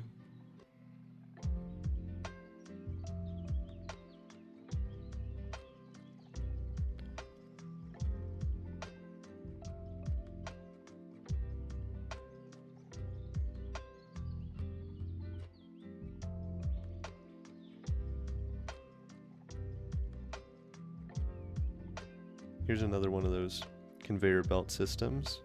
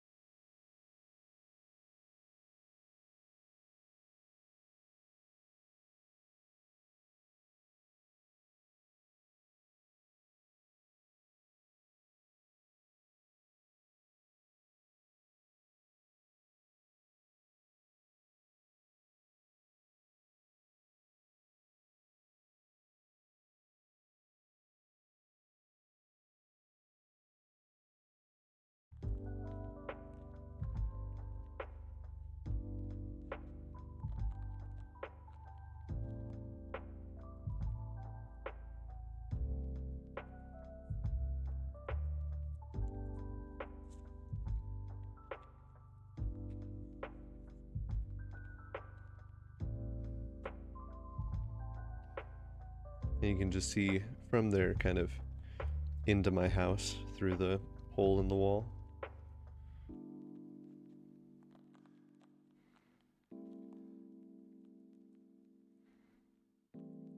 Okay, other key details for this layer, for these particular things.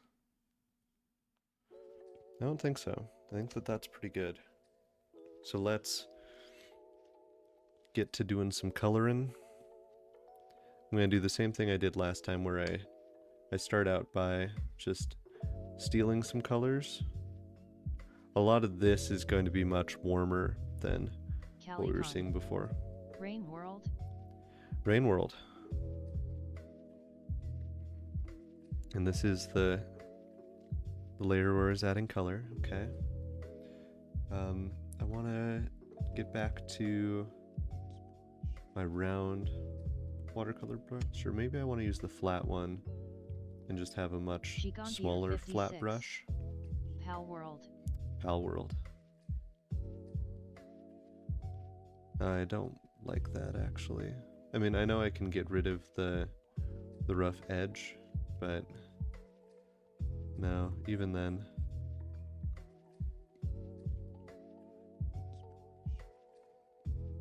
And we'll have a different layer that we apply like shadows to.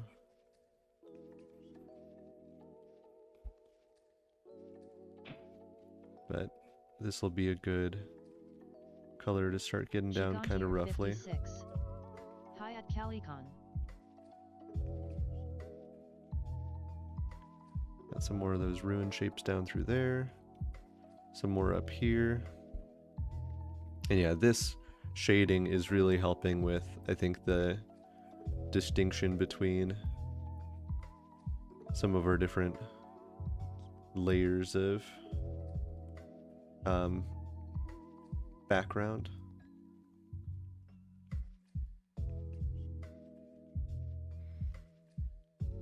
How's it going, Callie? What are you up to? How's your weekend? I am drawing some settings from my Palworld playthrough. So this is all bits of my my base. Let's see, we have some more of these ruined walls over here.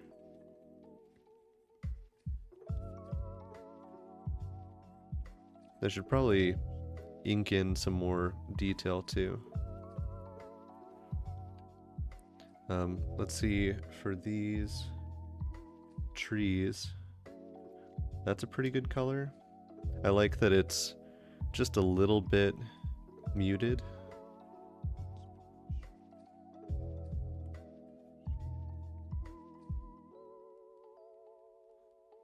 And my hope is I can get these trees to kind of look like trees without putting too many lines down. And I think this is reading pretty tree-like up through here.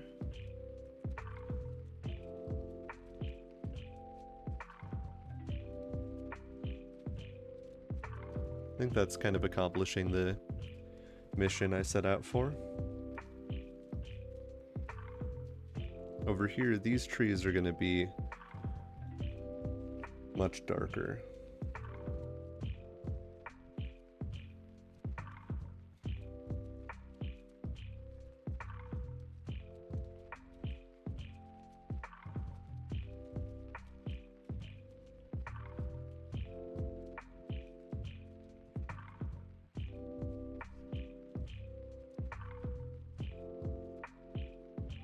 I think one thing I'm very conscious of right now when it comes to drawing is the shapes and what they're communicating.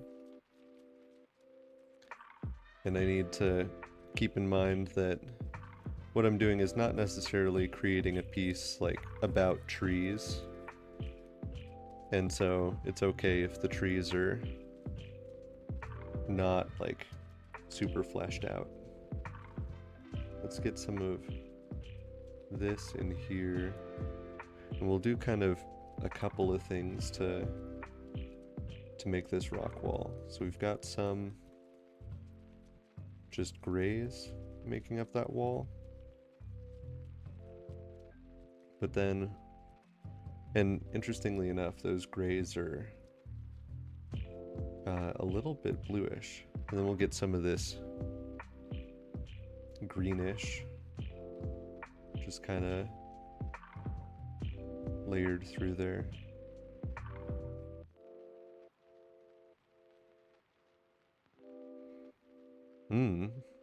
I think that'll be fine.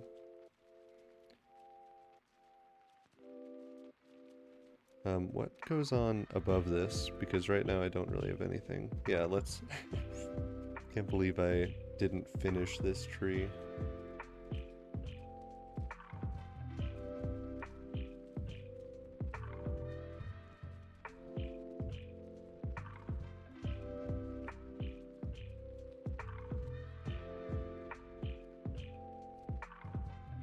Okay, that'll be better.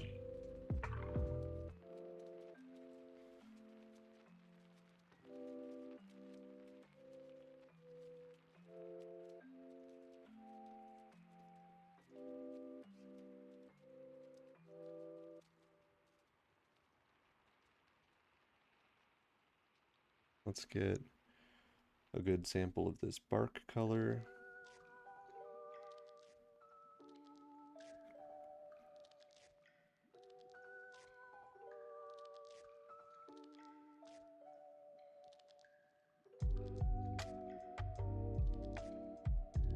Let's see, for the roof we've got kind of this warm, almost like clay color.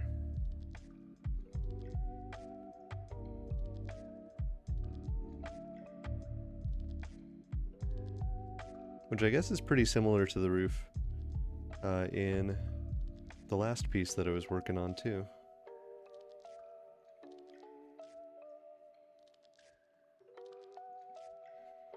In the beach base, that little roof.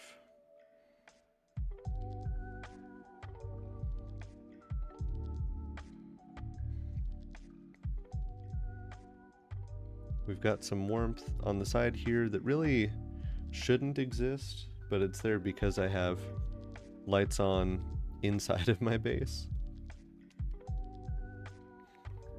And the game just doesn't quite know what to think of that.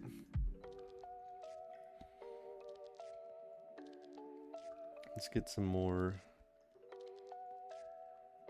green in through here.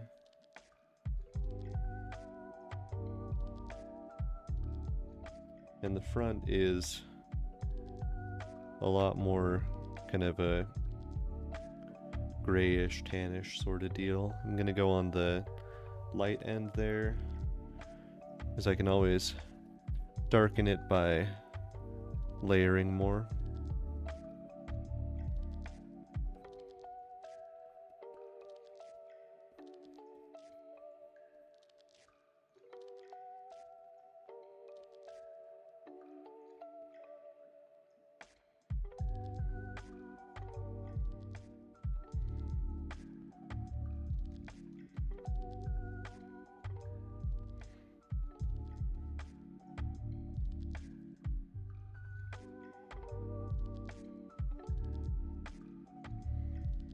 Probably stand to get some like ground cover here.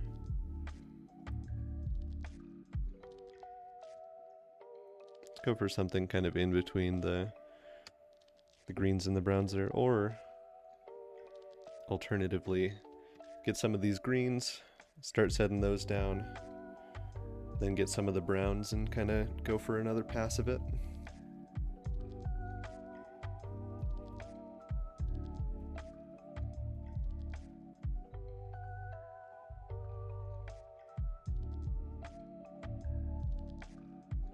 This pen and watercolor setup that I've started working with just on this stream really has been working out pretty okay.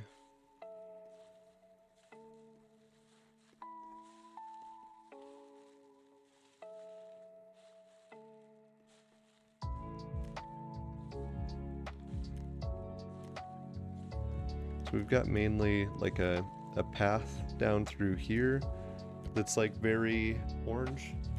Let me flip my blinds around. Whew, that's bright. Come on, keep going. Almost there. That's better. Oh, I can see again. It snuck up on me, so I didn't really realize just how bad that had gotten. JZ Fetter. Service light. Service. Yeah, a little jump scare.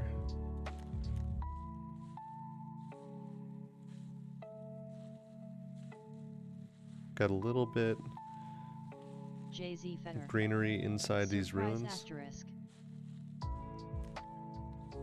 I knew what you were saying. Surface was just too much fun to say to pass up on.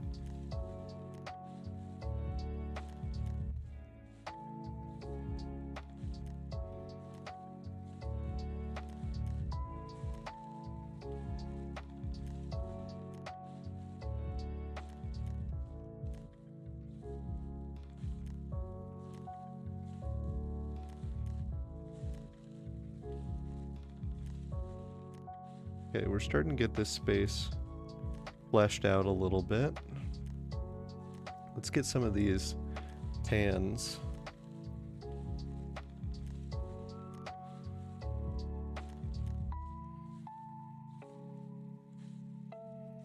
And one thing that's just kind of worked out with my base is that I mostly have stuff built up around these lighter colored areas. So it almost looks as if all of those trails have occurred like naturally through wear and tear from people walking around the base.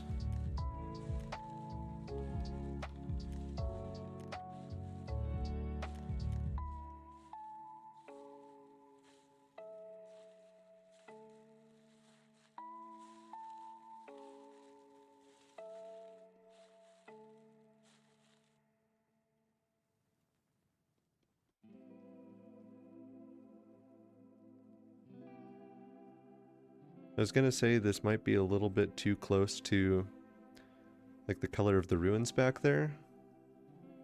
But then like the ruins would be built out of local stone. So it kind of checks out that they would be similar color to the surrounding rock. Hydration is a good idea. Got some water right here. Gigantier 56. Only if it works for you.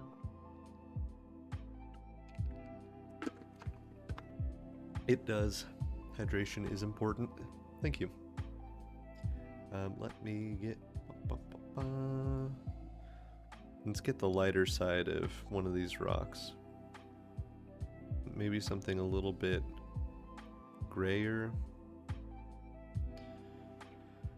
And start filling them in as well.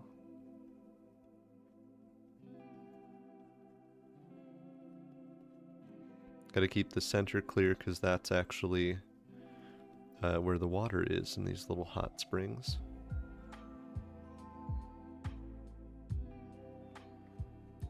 This kind of reminds me of like the style of the Monster Hunter images, which I'm happy about. I've got something a little stylized going on.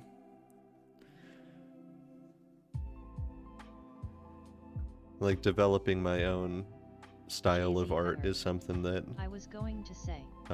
I am looking forward to, like as a longer term part of this process, this journey. Yeah, this like pen and watercolor feels very good.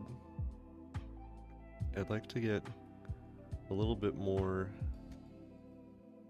shading in here along the wall. And some of that I'll do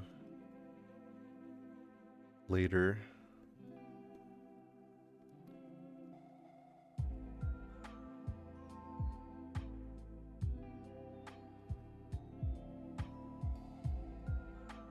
Okay, I think it's conveyor belt time. Let's see what happens when we start getting some of these cooler, darker blues and such into this world.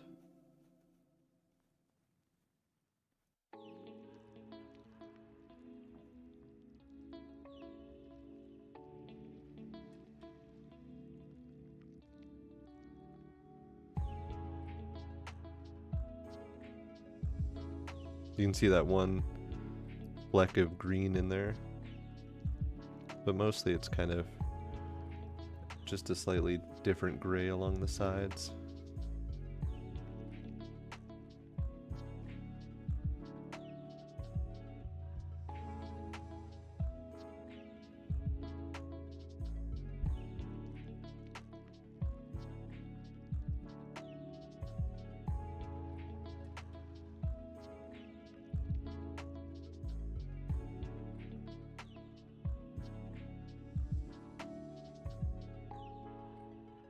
Gigantier 56.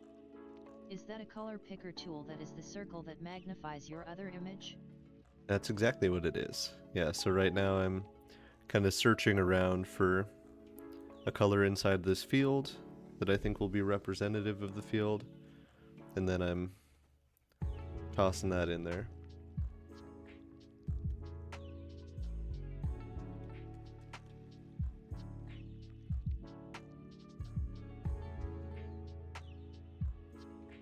And one of my goals here is to get better at like identifying the colors themselves. So like that there I knew was going to be somewhere in the reds, but I didn't expect it to be like that dark. And part of that is because it's kind of in the Gigantier shadows. 56. Love those. I used those a lot when working on school websites. Oh yeah, that makes sense. See, like that being yellow is surprising to me because it really felt more like blue when I was looking at it.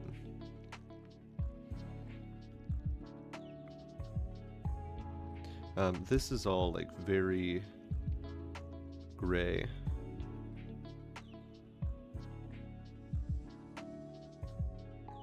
It's kind of foundry thing. And this back here, well, let's see what it thinks. Let me actually like try and get that color, and then we'll see how far off I am. I think that this is pretty close. Okay, I mean, not bad.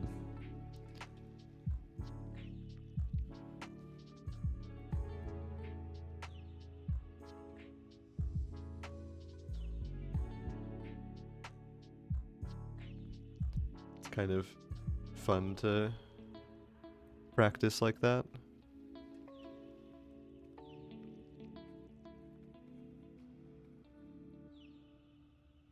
What's going on with this back area? Yeah, that's just kind of some extra platform space.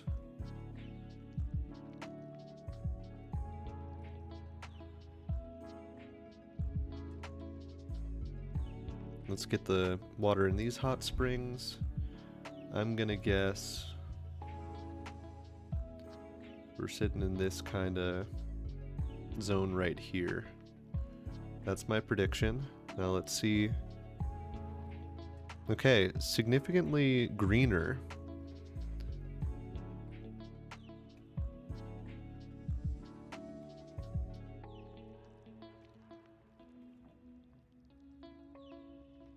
Okay. I'm okay with that. How about the PAL beds? That I think is going to be more traditional green and a little bit lighter, like right there. Okay, more muted for the most part. But again, like, could be a lot further off. Would have been a lot further off if I was doing this. Really any time before right now. I am developing these skills as we go. Gigantier 56. Surprises you sometimes and then you deal with when you disagree with the color picker tool. Mm-hmm. Well, because there's so much... Oh, let me try and make that color. There's so much, like, context to how we see these colors. See, like, I think I went lighter there partially because this scene is at sunset. So I was anticipating it not really being as orange as it appeared there. I think the conveyor belt itself there is going to be kind of a dark brown, kind of more charcoal.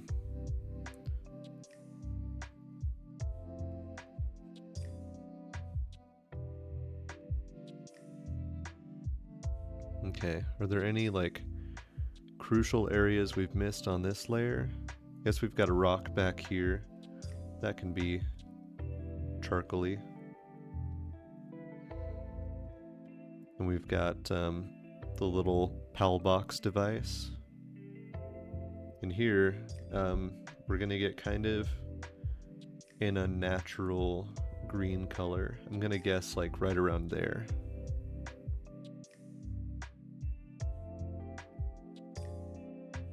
Okay, looks, what, a little bit bluer maybe? This is one of the problems with being left-handed. As I'm picking that, my hand is in the way of the color wheel, so I can't see like where it's actually moving relative to where I placed it.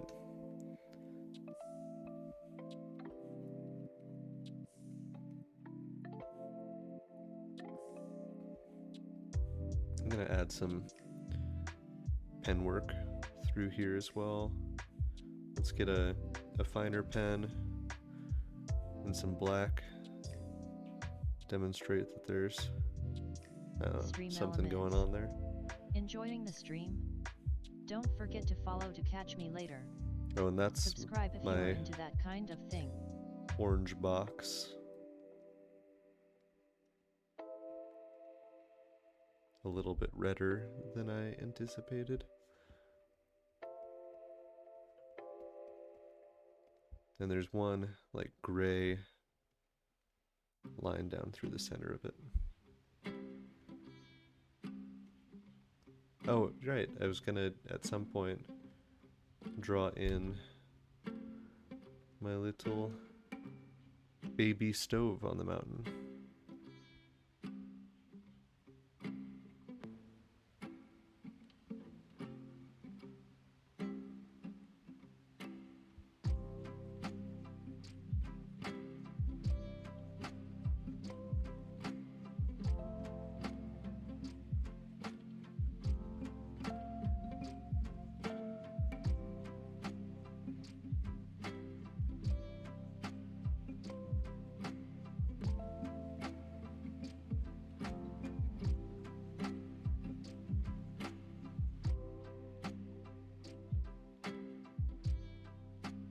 And let's make that kind of a similar orange.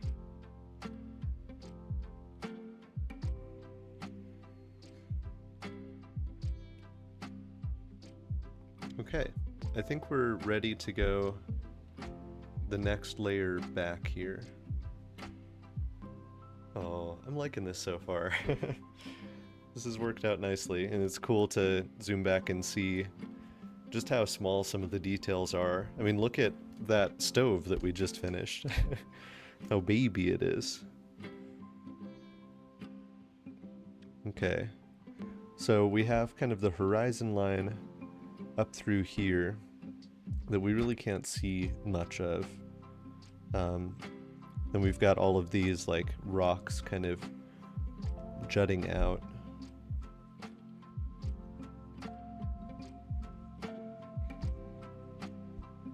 We've got the tower back here. That's going to be an important bit. But I think a lot of this we can sort of get in here at the same time.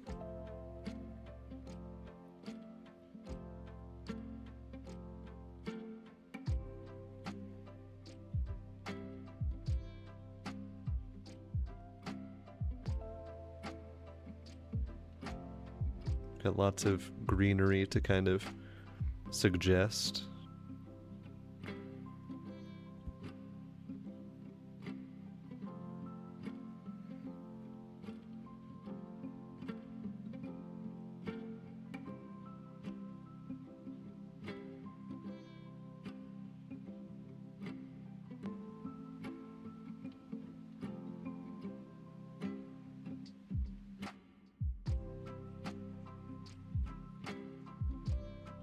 I don't like that one note that keeps coming up in this background track that's just getting like fried. It's gonna happen. Wait. That right there.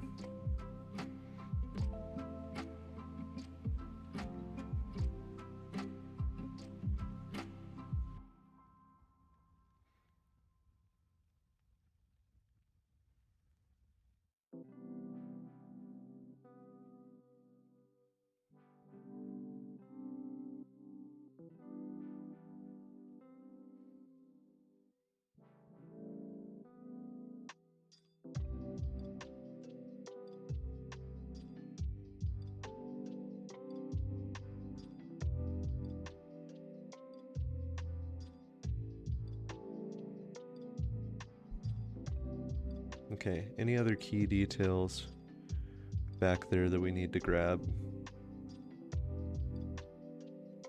That's most of it. I think what I'm going to end up doing is creating kind of a gradient on the back layer. So let's see, if I go back here, if I do something like magic, auto select, whatever, well, that's just covering the whole thing. Oh, refer to editing layer only. Well, how do I change that? Guess first, can I deselect that? Deselect, okay.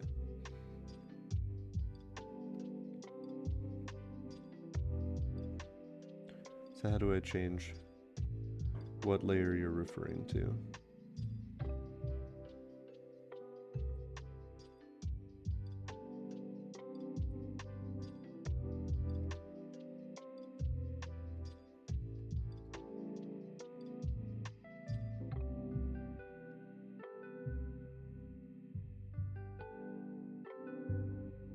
Refer to all layers. Okay, so it's just hiding up there and I expected to see it right there. Okay, now if I do this, yeah, it's just selecting that background, which is perfect. So I could set up a gradient. Say I want that gradient to go from like this color here to this warmer color up here. And actually let's, as we're picking the colors, have this totally visible.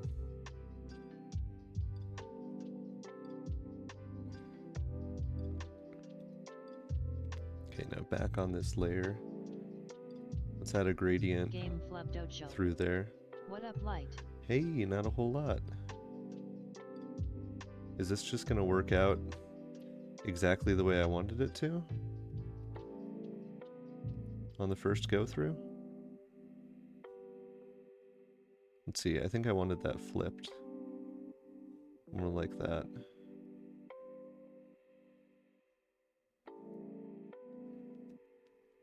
Yeah, we'll use that to define the horizon. Which means it needs to be flat. Hey, I saw you were playing some party animals with the Olympi earlier. How'd it go? Did y'all win?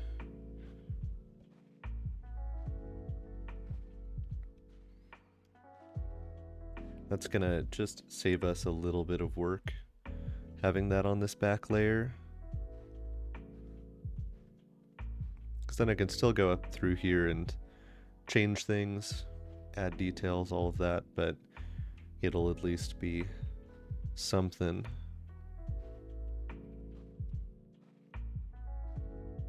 Game flub We do dojo. want some light through Twas there. a good time, when Petty and I play, we beat ass haha. Yeah, it's always impressive to me when I see y'all playing just your, like, control of the characters. They make no sense to me at all when I'm playing. Cannot get my arms to do what I want them to.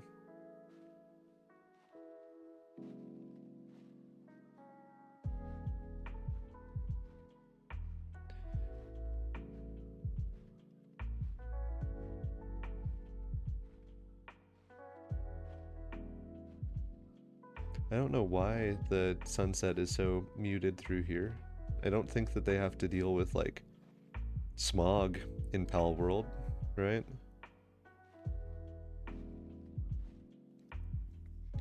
We do have a little bit of lightness up here as well.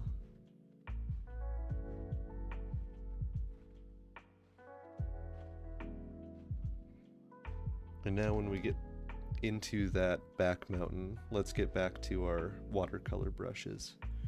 I think I'm gonna make it more opaque than I had it before because we're going further back and we're kind of like lightening and lightening with our colors. But I'm gonna grab a little bit of this.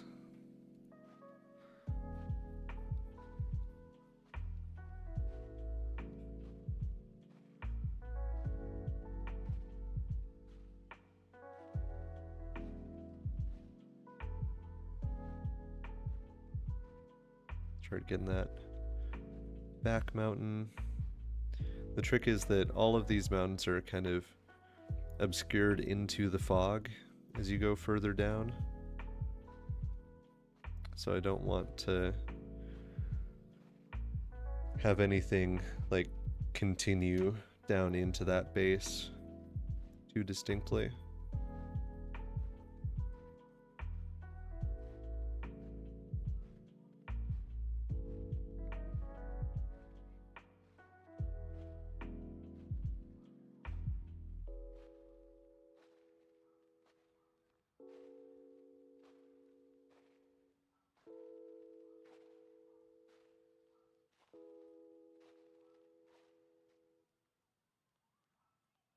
Definitely when we get to these lower levels, we've got a lot more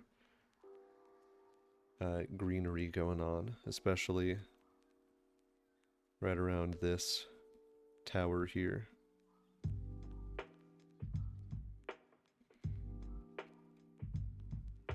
Kind of lower down on these flat irons too.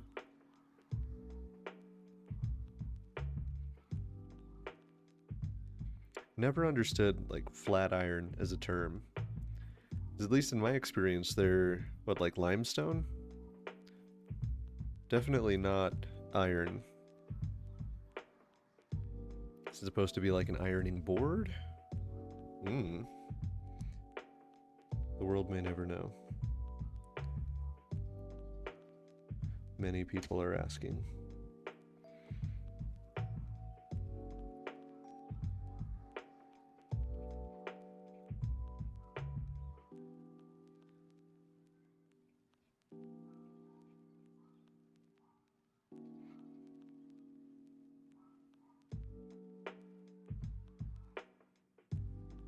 These are vaguely forests. There's a lot on that hill.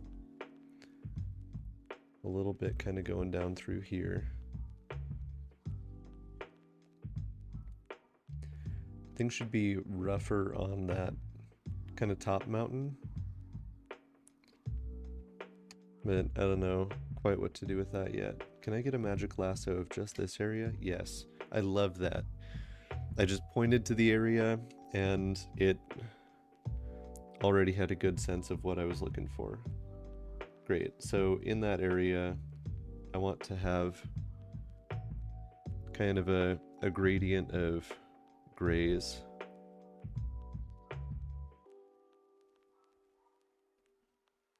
Do I want it to go like that?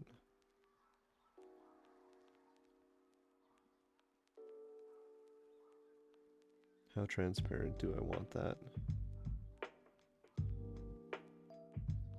Game Flub Dojo. I think flat iron comes from looking like an iron like for clothing. I'd believe that. That makes some sense. Maybe I don't want those to be that gray. So let's see. I can pick out some of that. And then maybe some of this like kind of mistier color closer to like the actual soil and shadow and such. And let's see how that feels.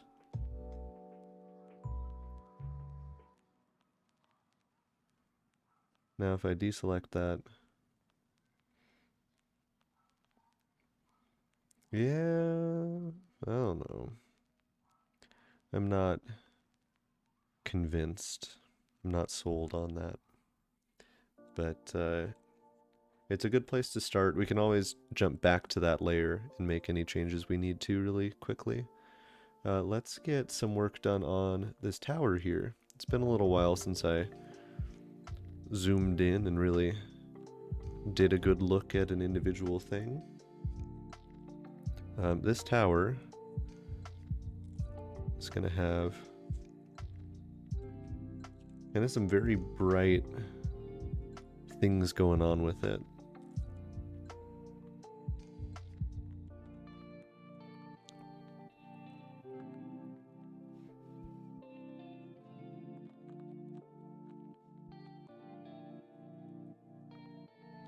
But otherwise it's pretty kind of dark. It's cast into shadow a little bit just by virtue of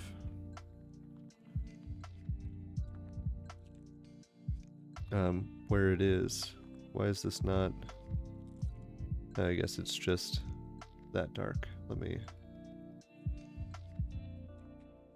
get rid of that. Let's go back to our round watercolor brush.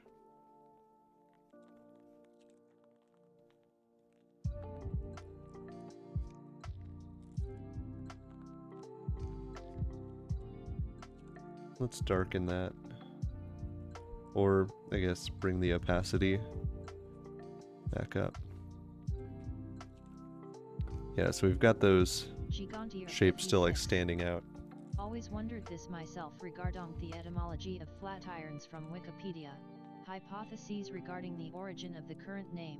One based on resemblance to old-fashioned clothes irons. The other based on resemblance to the flat iron building completed in 1902. It seems wrong to have like a natural structure named after like a building, but that might be it. Let's zoom back out. Let me grab this. Agree. And just kind of fill that in a little bit more. But I think what we have here may very well be the piece. What do we think? I think this is pretty cool. We got that from this is the original bit. Pen King 8 baked berries. Gigantier 56. Looks great. Yeah, I'm happy with that.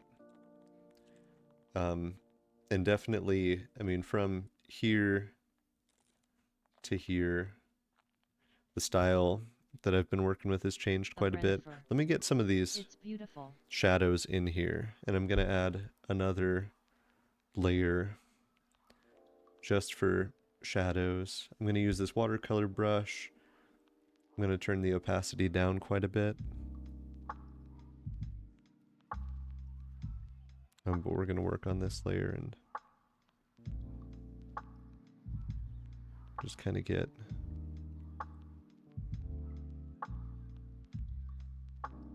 some of that shading in.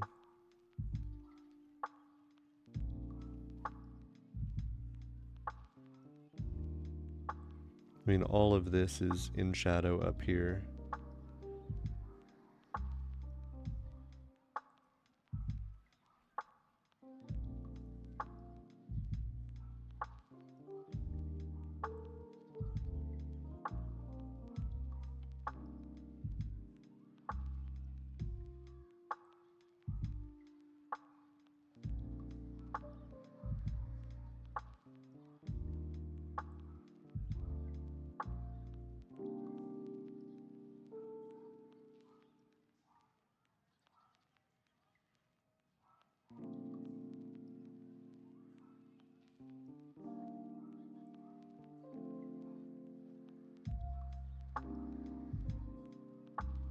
I could get some more distinct shading going on the flat irons back here. Just let some of those sharp points pop a little bit better.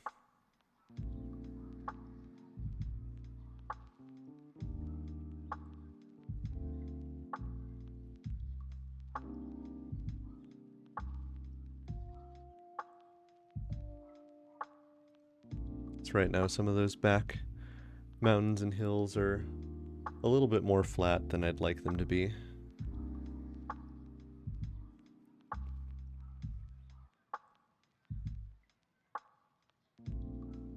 Fritz_HouseOffCats.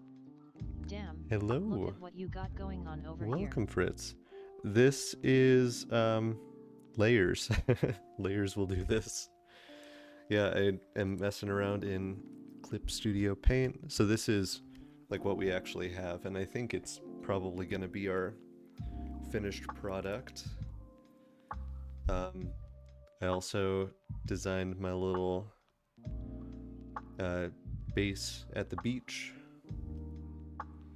and the last thing we're going to do here is set up this kind of mountaintop base and get some more practice with the hills in the background, and also the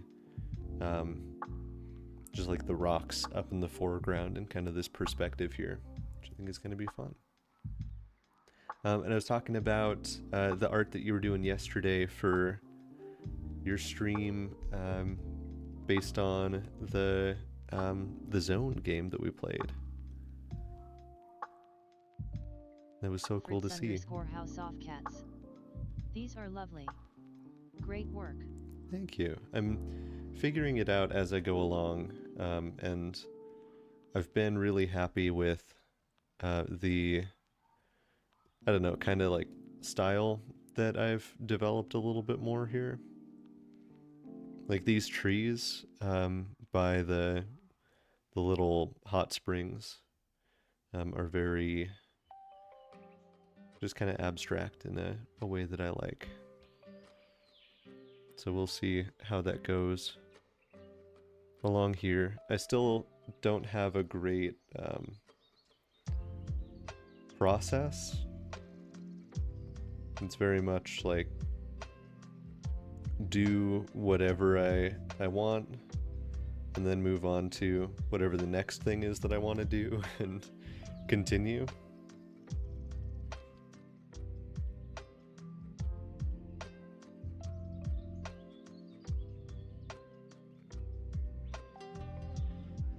But it's worked out so far.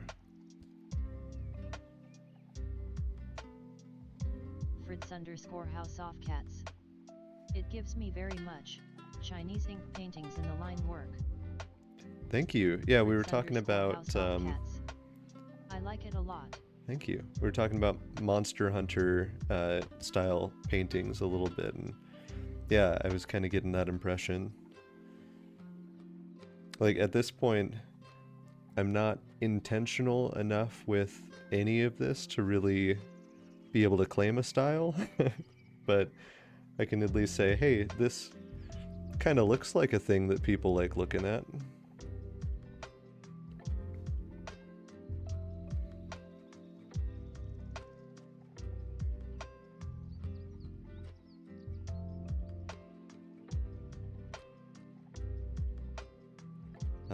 We have a lot of rock kind of hiding behind our character here. So this is going to be a good opportunity to practice some interpolation. Just kind of guessing at what we have based on what I'm actually able to see.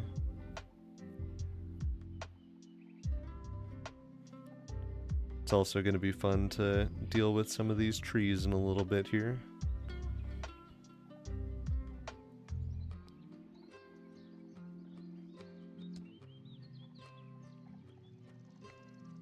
The bottoms of these rock faces are much softer than the tops, so I think what I'm going to do is kind of what I've done so far here.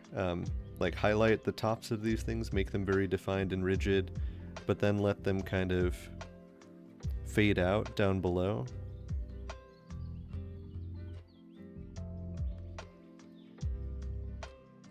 I'm every so often kind of looking at my layers in a panic, making sure that I am actually on the right one. Which is not a huge issue right now with 2 layers, but once I get to the point where I can get some coloring layers in here and all of that, I am much more likely to lose my way.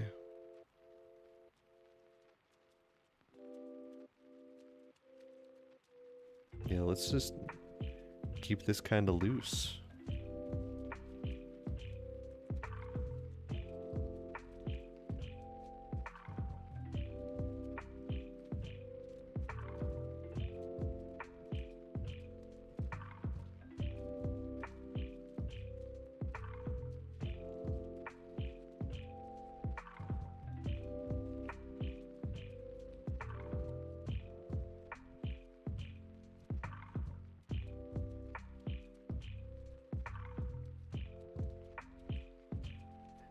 Fritz, what have you been up to today? Been playing any games? Just chilling out? Did you get in on the party animals at all? I think this over here is incorrect. I think this actually is that over there.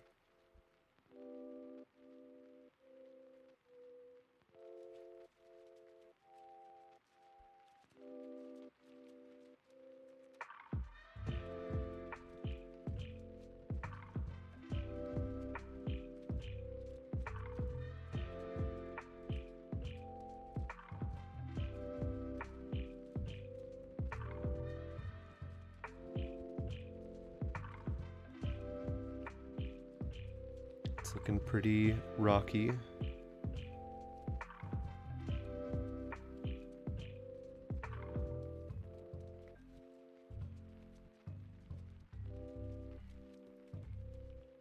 Yeah, that reads as rocks. Of course, that's easier to say when I'm the one putting the rocks there. They can look to me like rocks, without looking very much like rocks at all. Let's get into the nitty-gritty a bit with our base up top.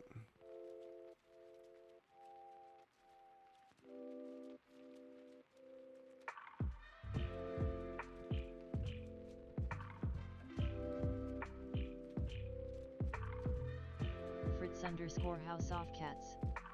I haven't played any party animals lately, but I know there's a new event out. Oh yeah, this is the one with the dragons and the Greek gods and all of that.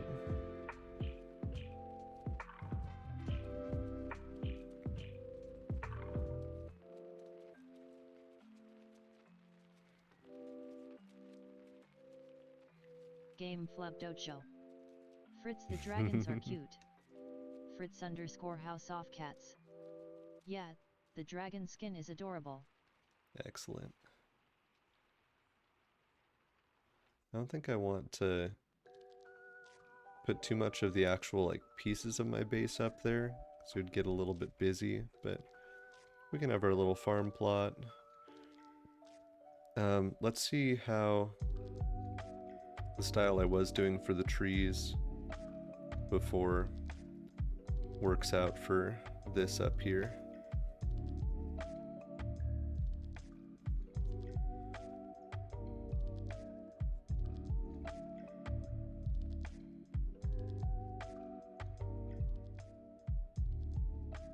Just kind of loosely suggesting some trees.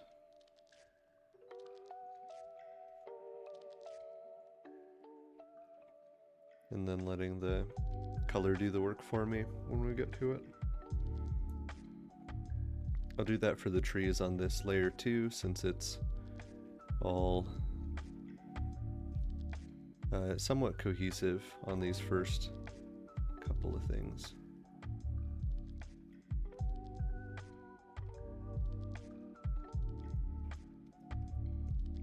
I don't know, when a game has events where like you can unlock different skins or even like purely cosmetic things with a limited window of opportunity, it just kind of stresses me out. Like, it doesn't stress me out a ton, like I'm not gonna lose sleep over it, but it does make me less inclined to keep going with it. I think like Destiny with the seasons model kind of did that for me. It's like if I ever start to get that FOMO where I'm worried like if I don't log on today or within this window then I'm gonna miss something, then I don't know, I just kind of call it there.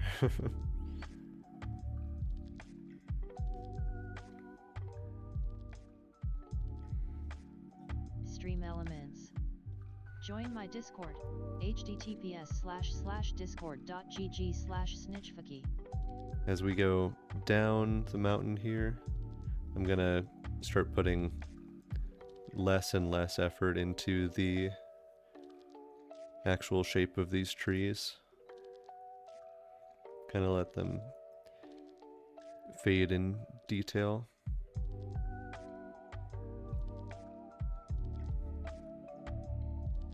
I don't want them to be like perfectly identical to each other, but no real trees over there.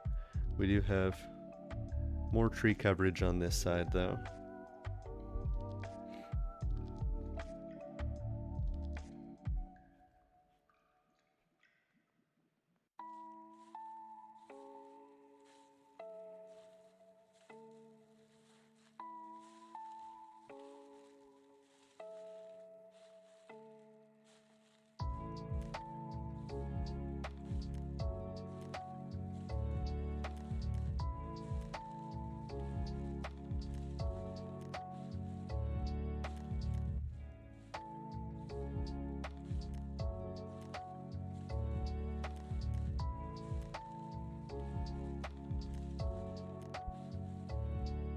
Lots more small trees down through that way, but we haven't really started to mess with that too much yet. I guess we could get these cliffs roughed in there.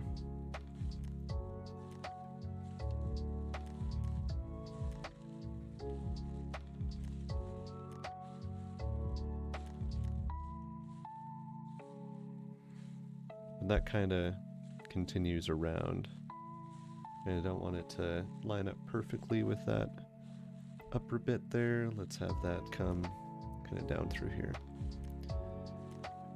Okay, right now if we zoom out all the way and we get rid of that, that's kind of what we're looking at. This front area is kind of sparse because that's all behind our dude. So let's maybe add another tree or two in there.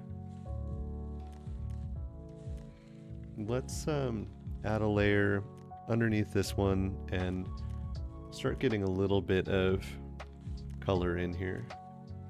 One interesting thing going on here is that along the left side of this cliff, and I guess along the right as well in a couple of places, we've got some more light because the sun is at the back of the image pointed toward us. So that's something we can mess with color-wise as we get into it. Let's get a good tree color and start filling in these trees.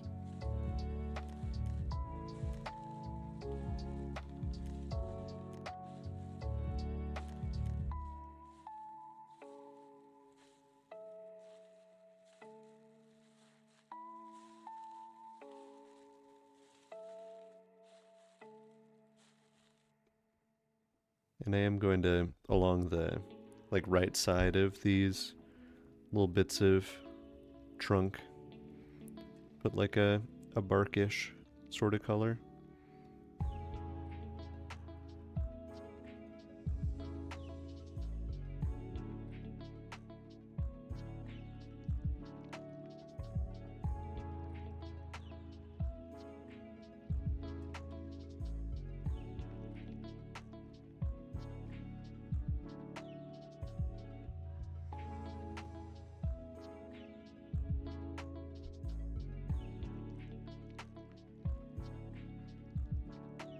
And we'll see once I get that all set up how we feel about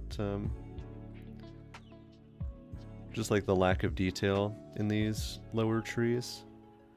I think it's gonna work out nicely for us.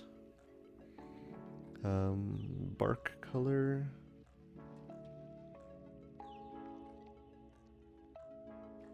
Fritz _ Kind of a grayish thing. It reads. Thank you. This is all experimentation.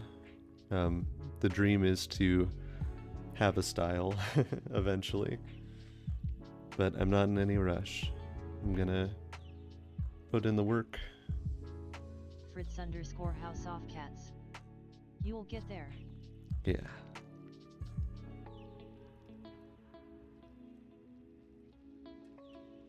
Fritz _ House Off Cats. It'll define itself for you over time. Absolutely. Yeah, I mean, right now you can see from like one piece to the next, things are like very different. It is nice going back to some of these pieces, like when I'm not just directly working on it.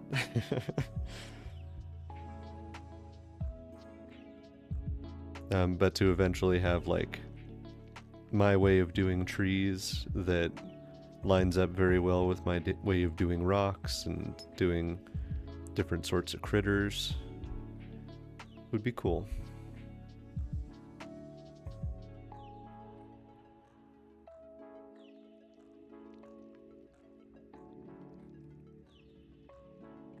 I think the colors here are going to stay very light until we get into shading things more.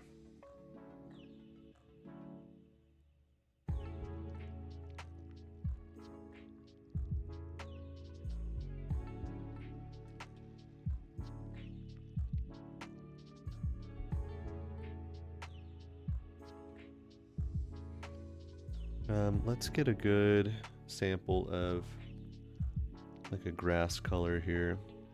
That's fine. And I think for that I'll use a larger brush to help differentiate. No, never mind. I saw a little bit of that larger brush doing its larger brush thing and changed my mind.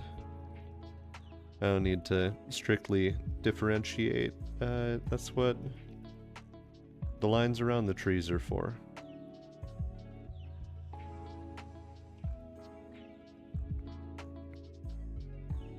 And if I did my layers differently, I could set it up so that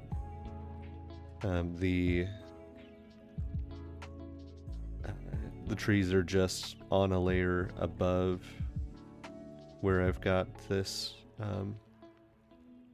grass color coming in.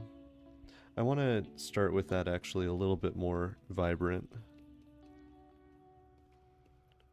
We can desaturate it when we like shade over everything, but for now I want that to be distinct from what we've got going on with the rocks that we're gonna put in.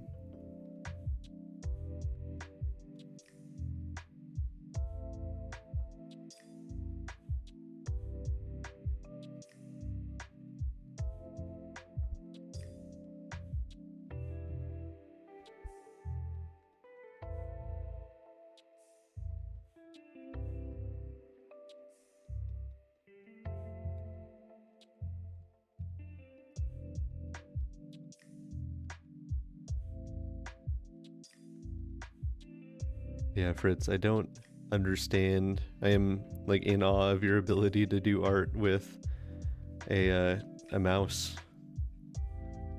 Feel the same way about Icky playing Hunt with a controller.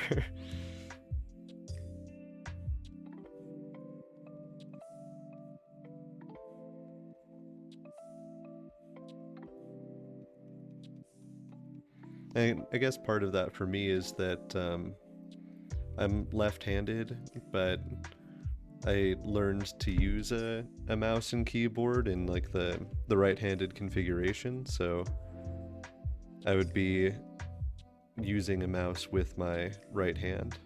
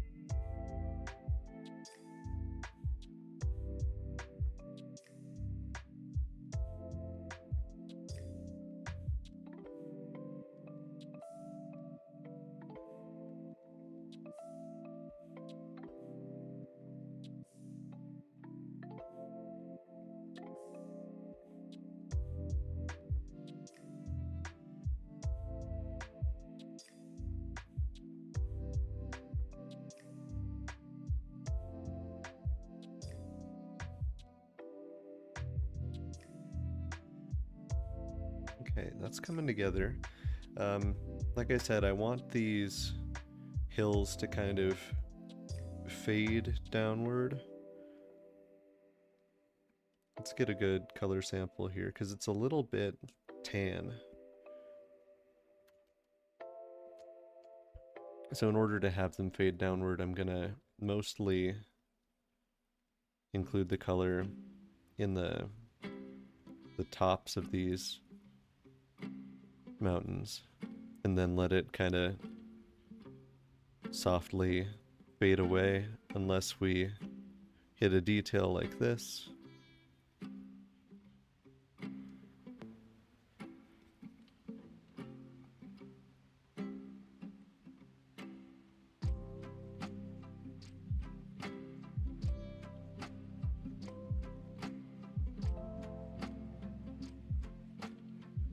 So we'll have like some space that is neither definite grass nor definite cliff face.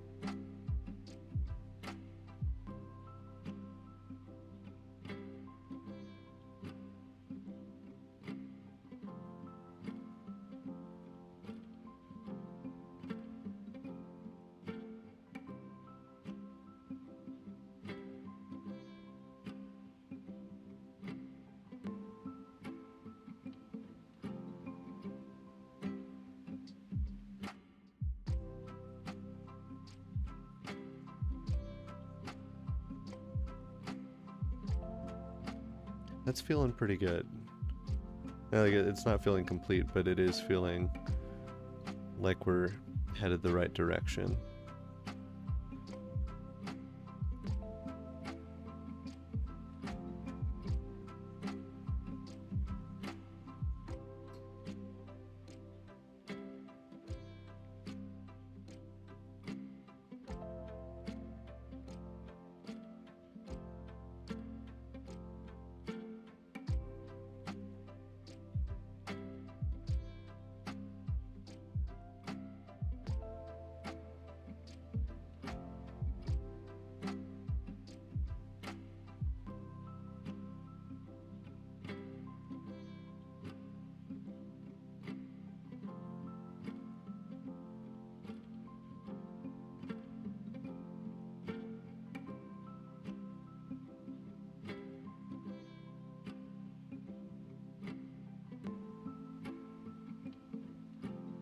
So maybe I start building those hills further back.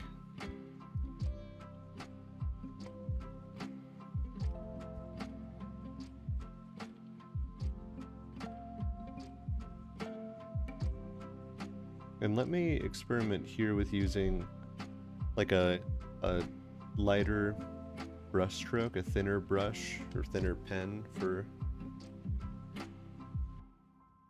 getting these details in here, getting these things that are further away.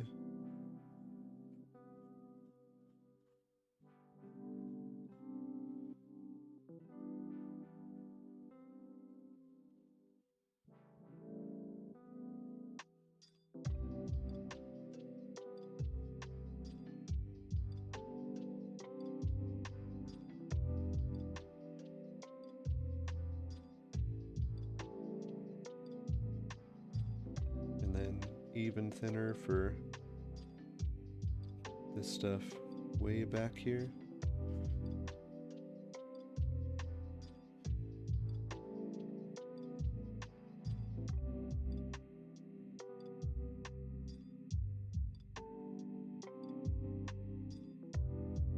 Okay, let's experiment with that.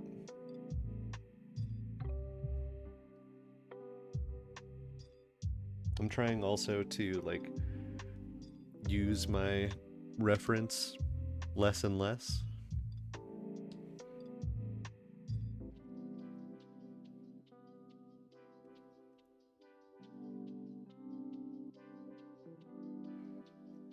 Let's see, can I rough wash some trees onto these mountains back here? Yes, but I don't want to do it in quite those straight lines that I had. I don't want it to be in any like defined pattern, I don't think. I can have them overlap like that though, and that's nice, but if I'm gonna have them overlap, then I'm gonna use a larger brush. I'm gonna use a lower opacity.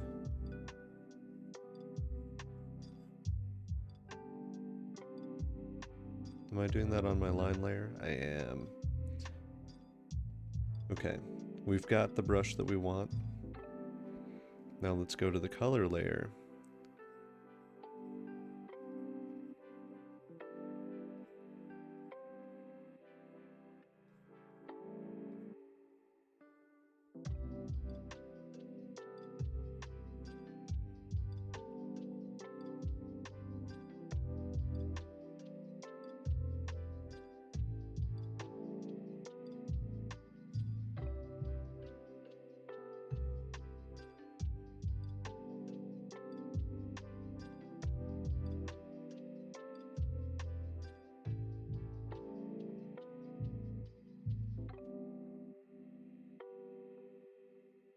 And get some more of that on there.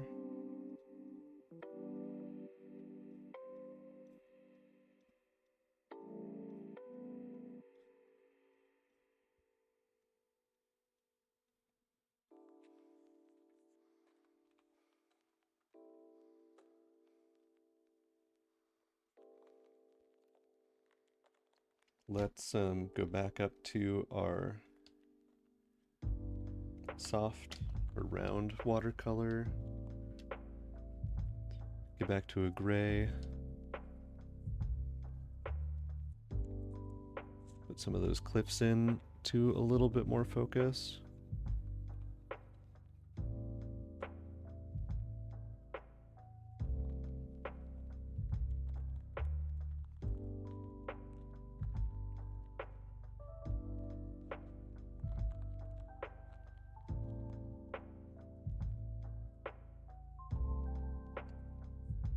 That's nice. It gives a little bit of contrast with what we've got in the foreground.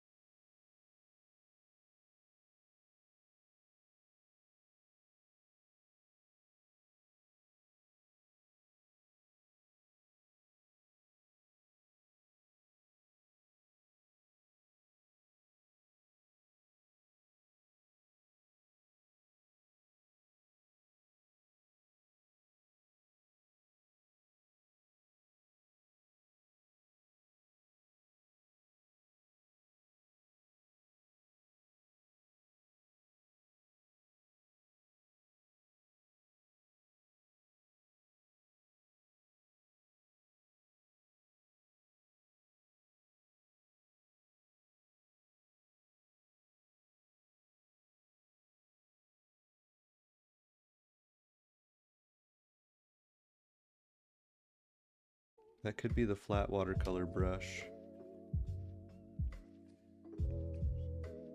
Get to like the color we want.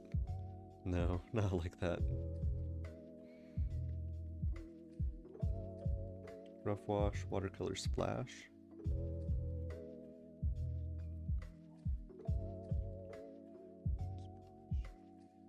Kind of, I think that if I was going to use that, I'd want to have used it earlier. I don't want to get too confused with different textures and such.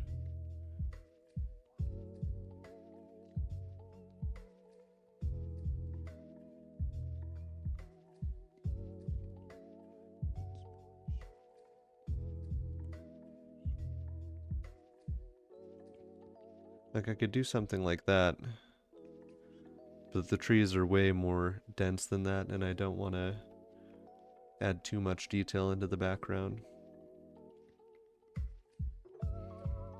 So maybe we just kind of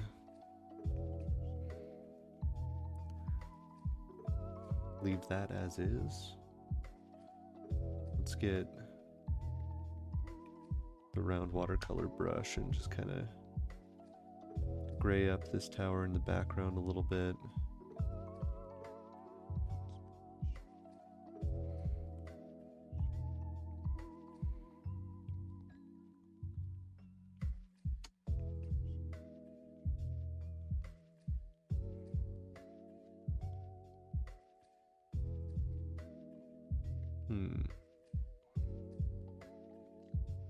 Getting some of these trails in here would be nice, but I don't know of a way to do that that won't, I don't know, like layer on top of or distract from what we've got so far.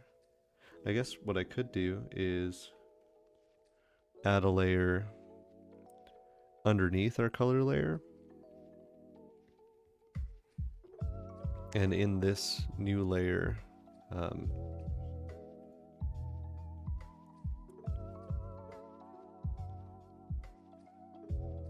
start setting up some trails that'll go like underneath those trees.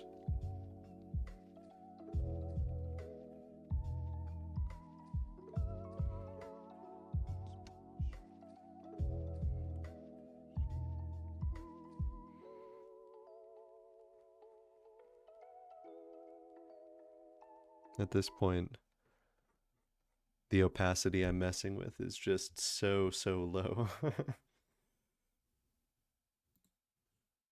Let's get back to the classic tunes.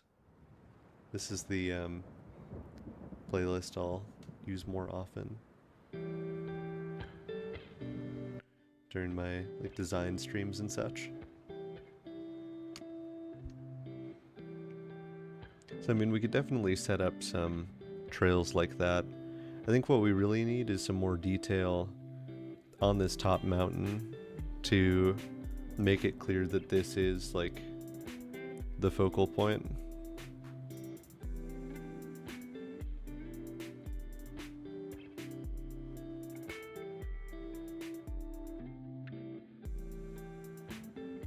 Maybe this would be a good place for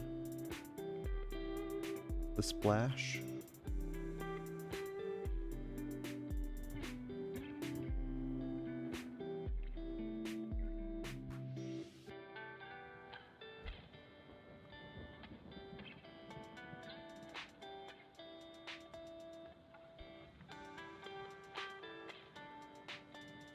That adds a nice, like, gravelly texture.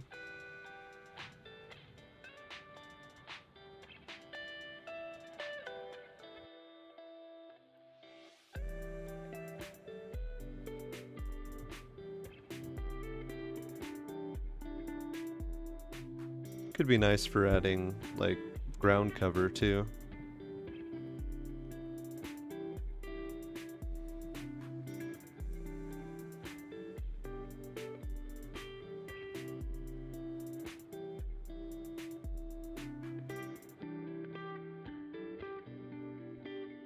So let's see about that, adding the ground cover, and if that's gonna make things too goofy.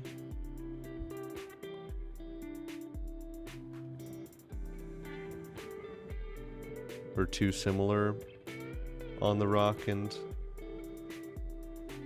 in the fields.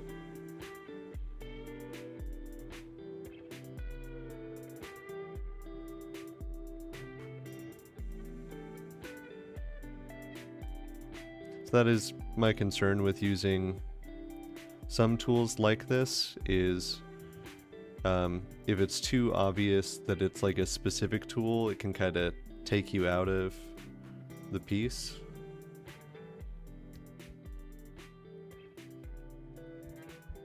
Yeah, let's not do that for the top, actually.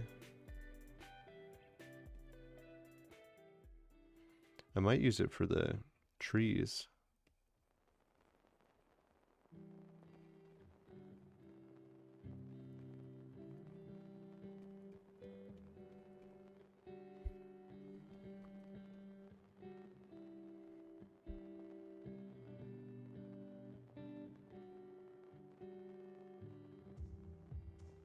get them just a little bit more color, a little bit of definition.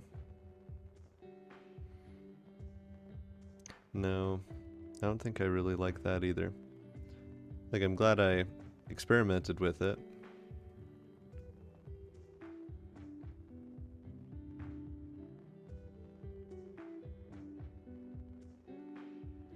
I think barring the addition of some of my critters up here, this is pretty much how I want it. This is my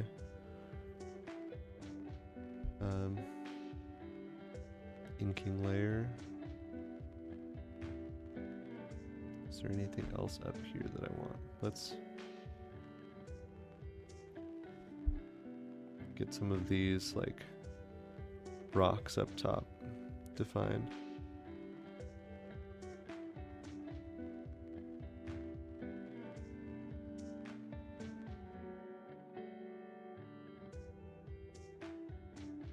So I definitely need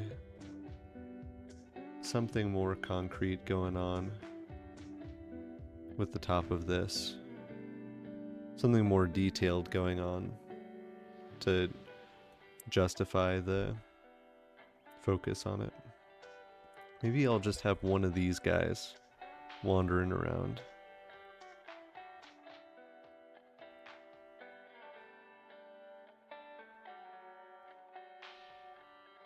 Stream elements. Watch my design VODs on YouTube. Got youtube.com/atlightcandle/videos.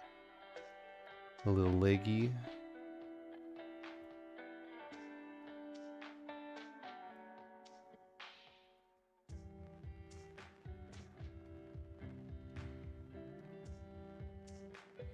So, I mean, at least I've got some shapes here that I could start to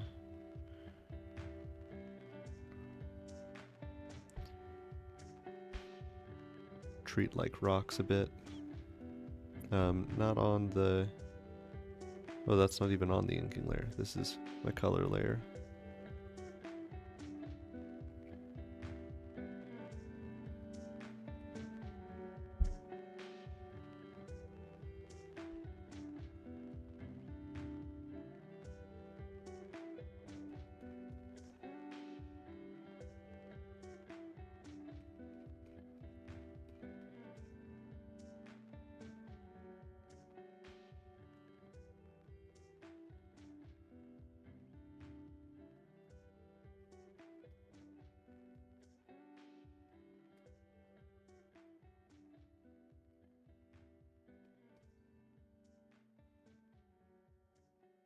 Okay, I don't know if that's improved things.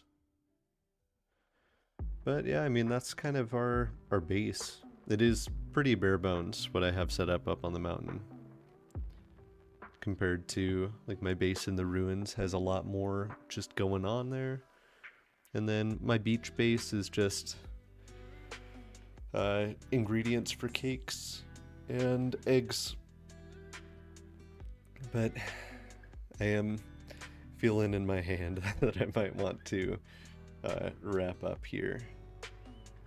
It was fun though. It was nice to go in and mess around with some art, experiment with some different things, and I think we ended up with some nice products. Yeah. So thank you to everyone who stopped by and hung out and checked in with me on this whole ordeal. I'm having a lot of fun experimenting with different styles, kind of trying to figure it out. Art streams a lot. Yeah, well, and I'm gonna post my art VODs to YouTube right alongside the design VODs. Yeah, awesome. Yeah, well, thank y'all for being here. Let me turn on our cooldown music and maybe collect a little baby one, and then we'll call it. Let's see, do I have any baby ones around? Got a daffer. Scoop one. But I'm not gonna scoop up the daffer. She does not enjoy that nearly as much as her brothers do.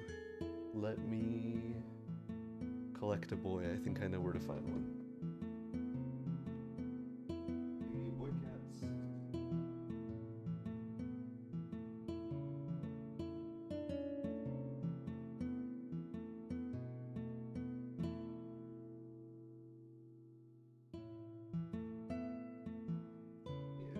Yeah, here he comes. This guy was sitting inside of a laundry basket, being a sweet baby boy. And now he's sitting in my arms, being a sweet baby boy. Baby boy. Hi. Oh, he's curious about the candle that I've got on my desk. Laundry. Hi, buddy. I brushed him quite a bit earlier and got like a whole extra barren worth of hair off of this cactus. What a dude. What a fuzzy little guy. Well, folks, thank you for joining me and hanging out. Kind of an earlier stream than what I usually do on 56. Sundays. A long BOI. Yeah, he is quite long. Next time I stream is probably gonna be either tomorrow or Wednesday. And don't forget that the folks over at the House of Cats are going to be doing a Valentine's celebration, I think kind of like all day on Valentine's Day. They have more information on their channel and in their Discord, so check them out over there. But we will wrap up here for now.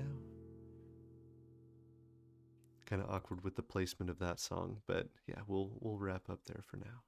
Okay, adios. I'll see y'all. A Brennifer.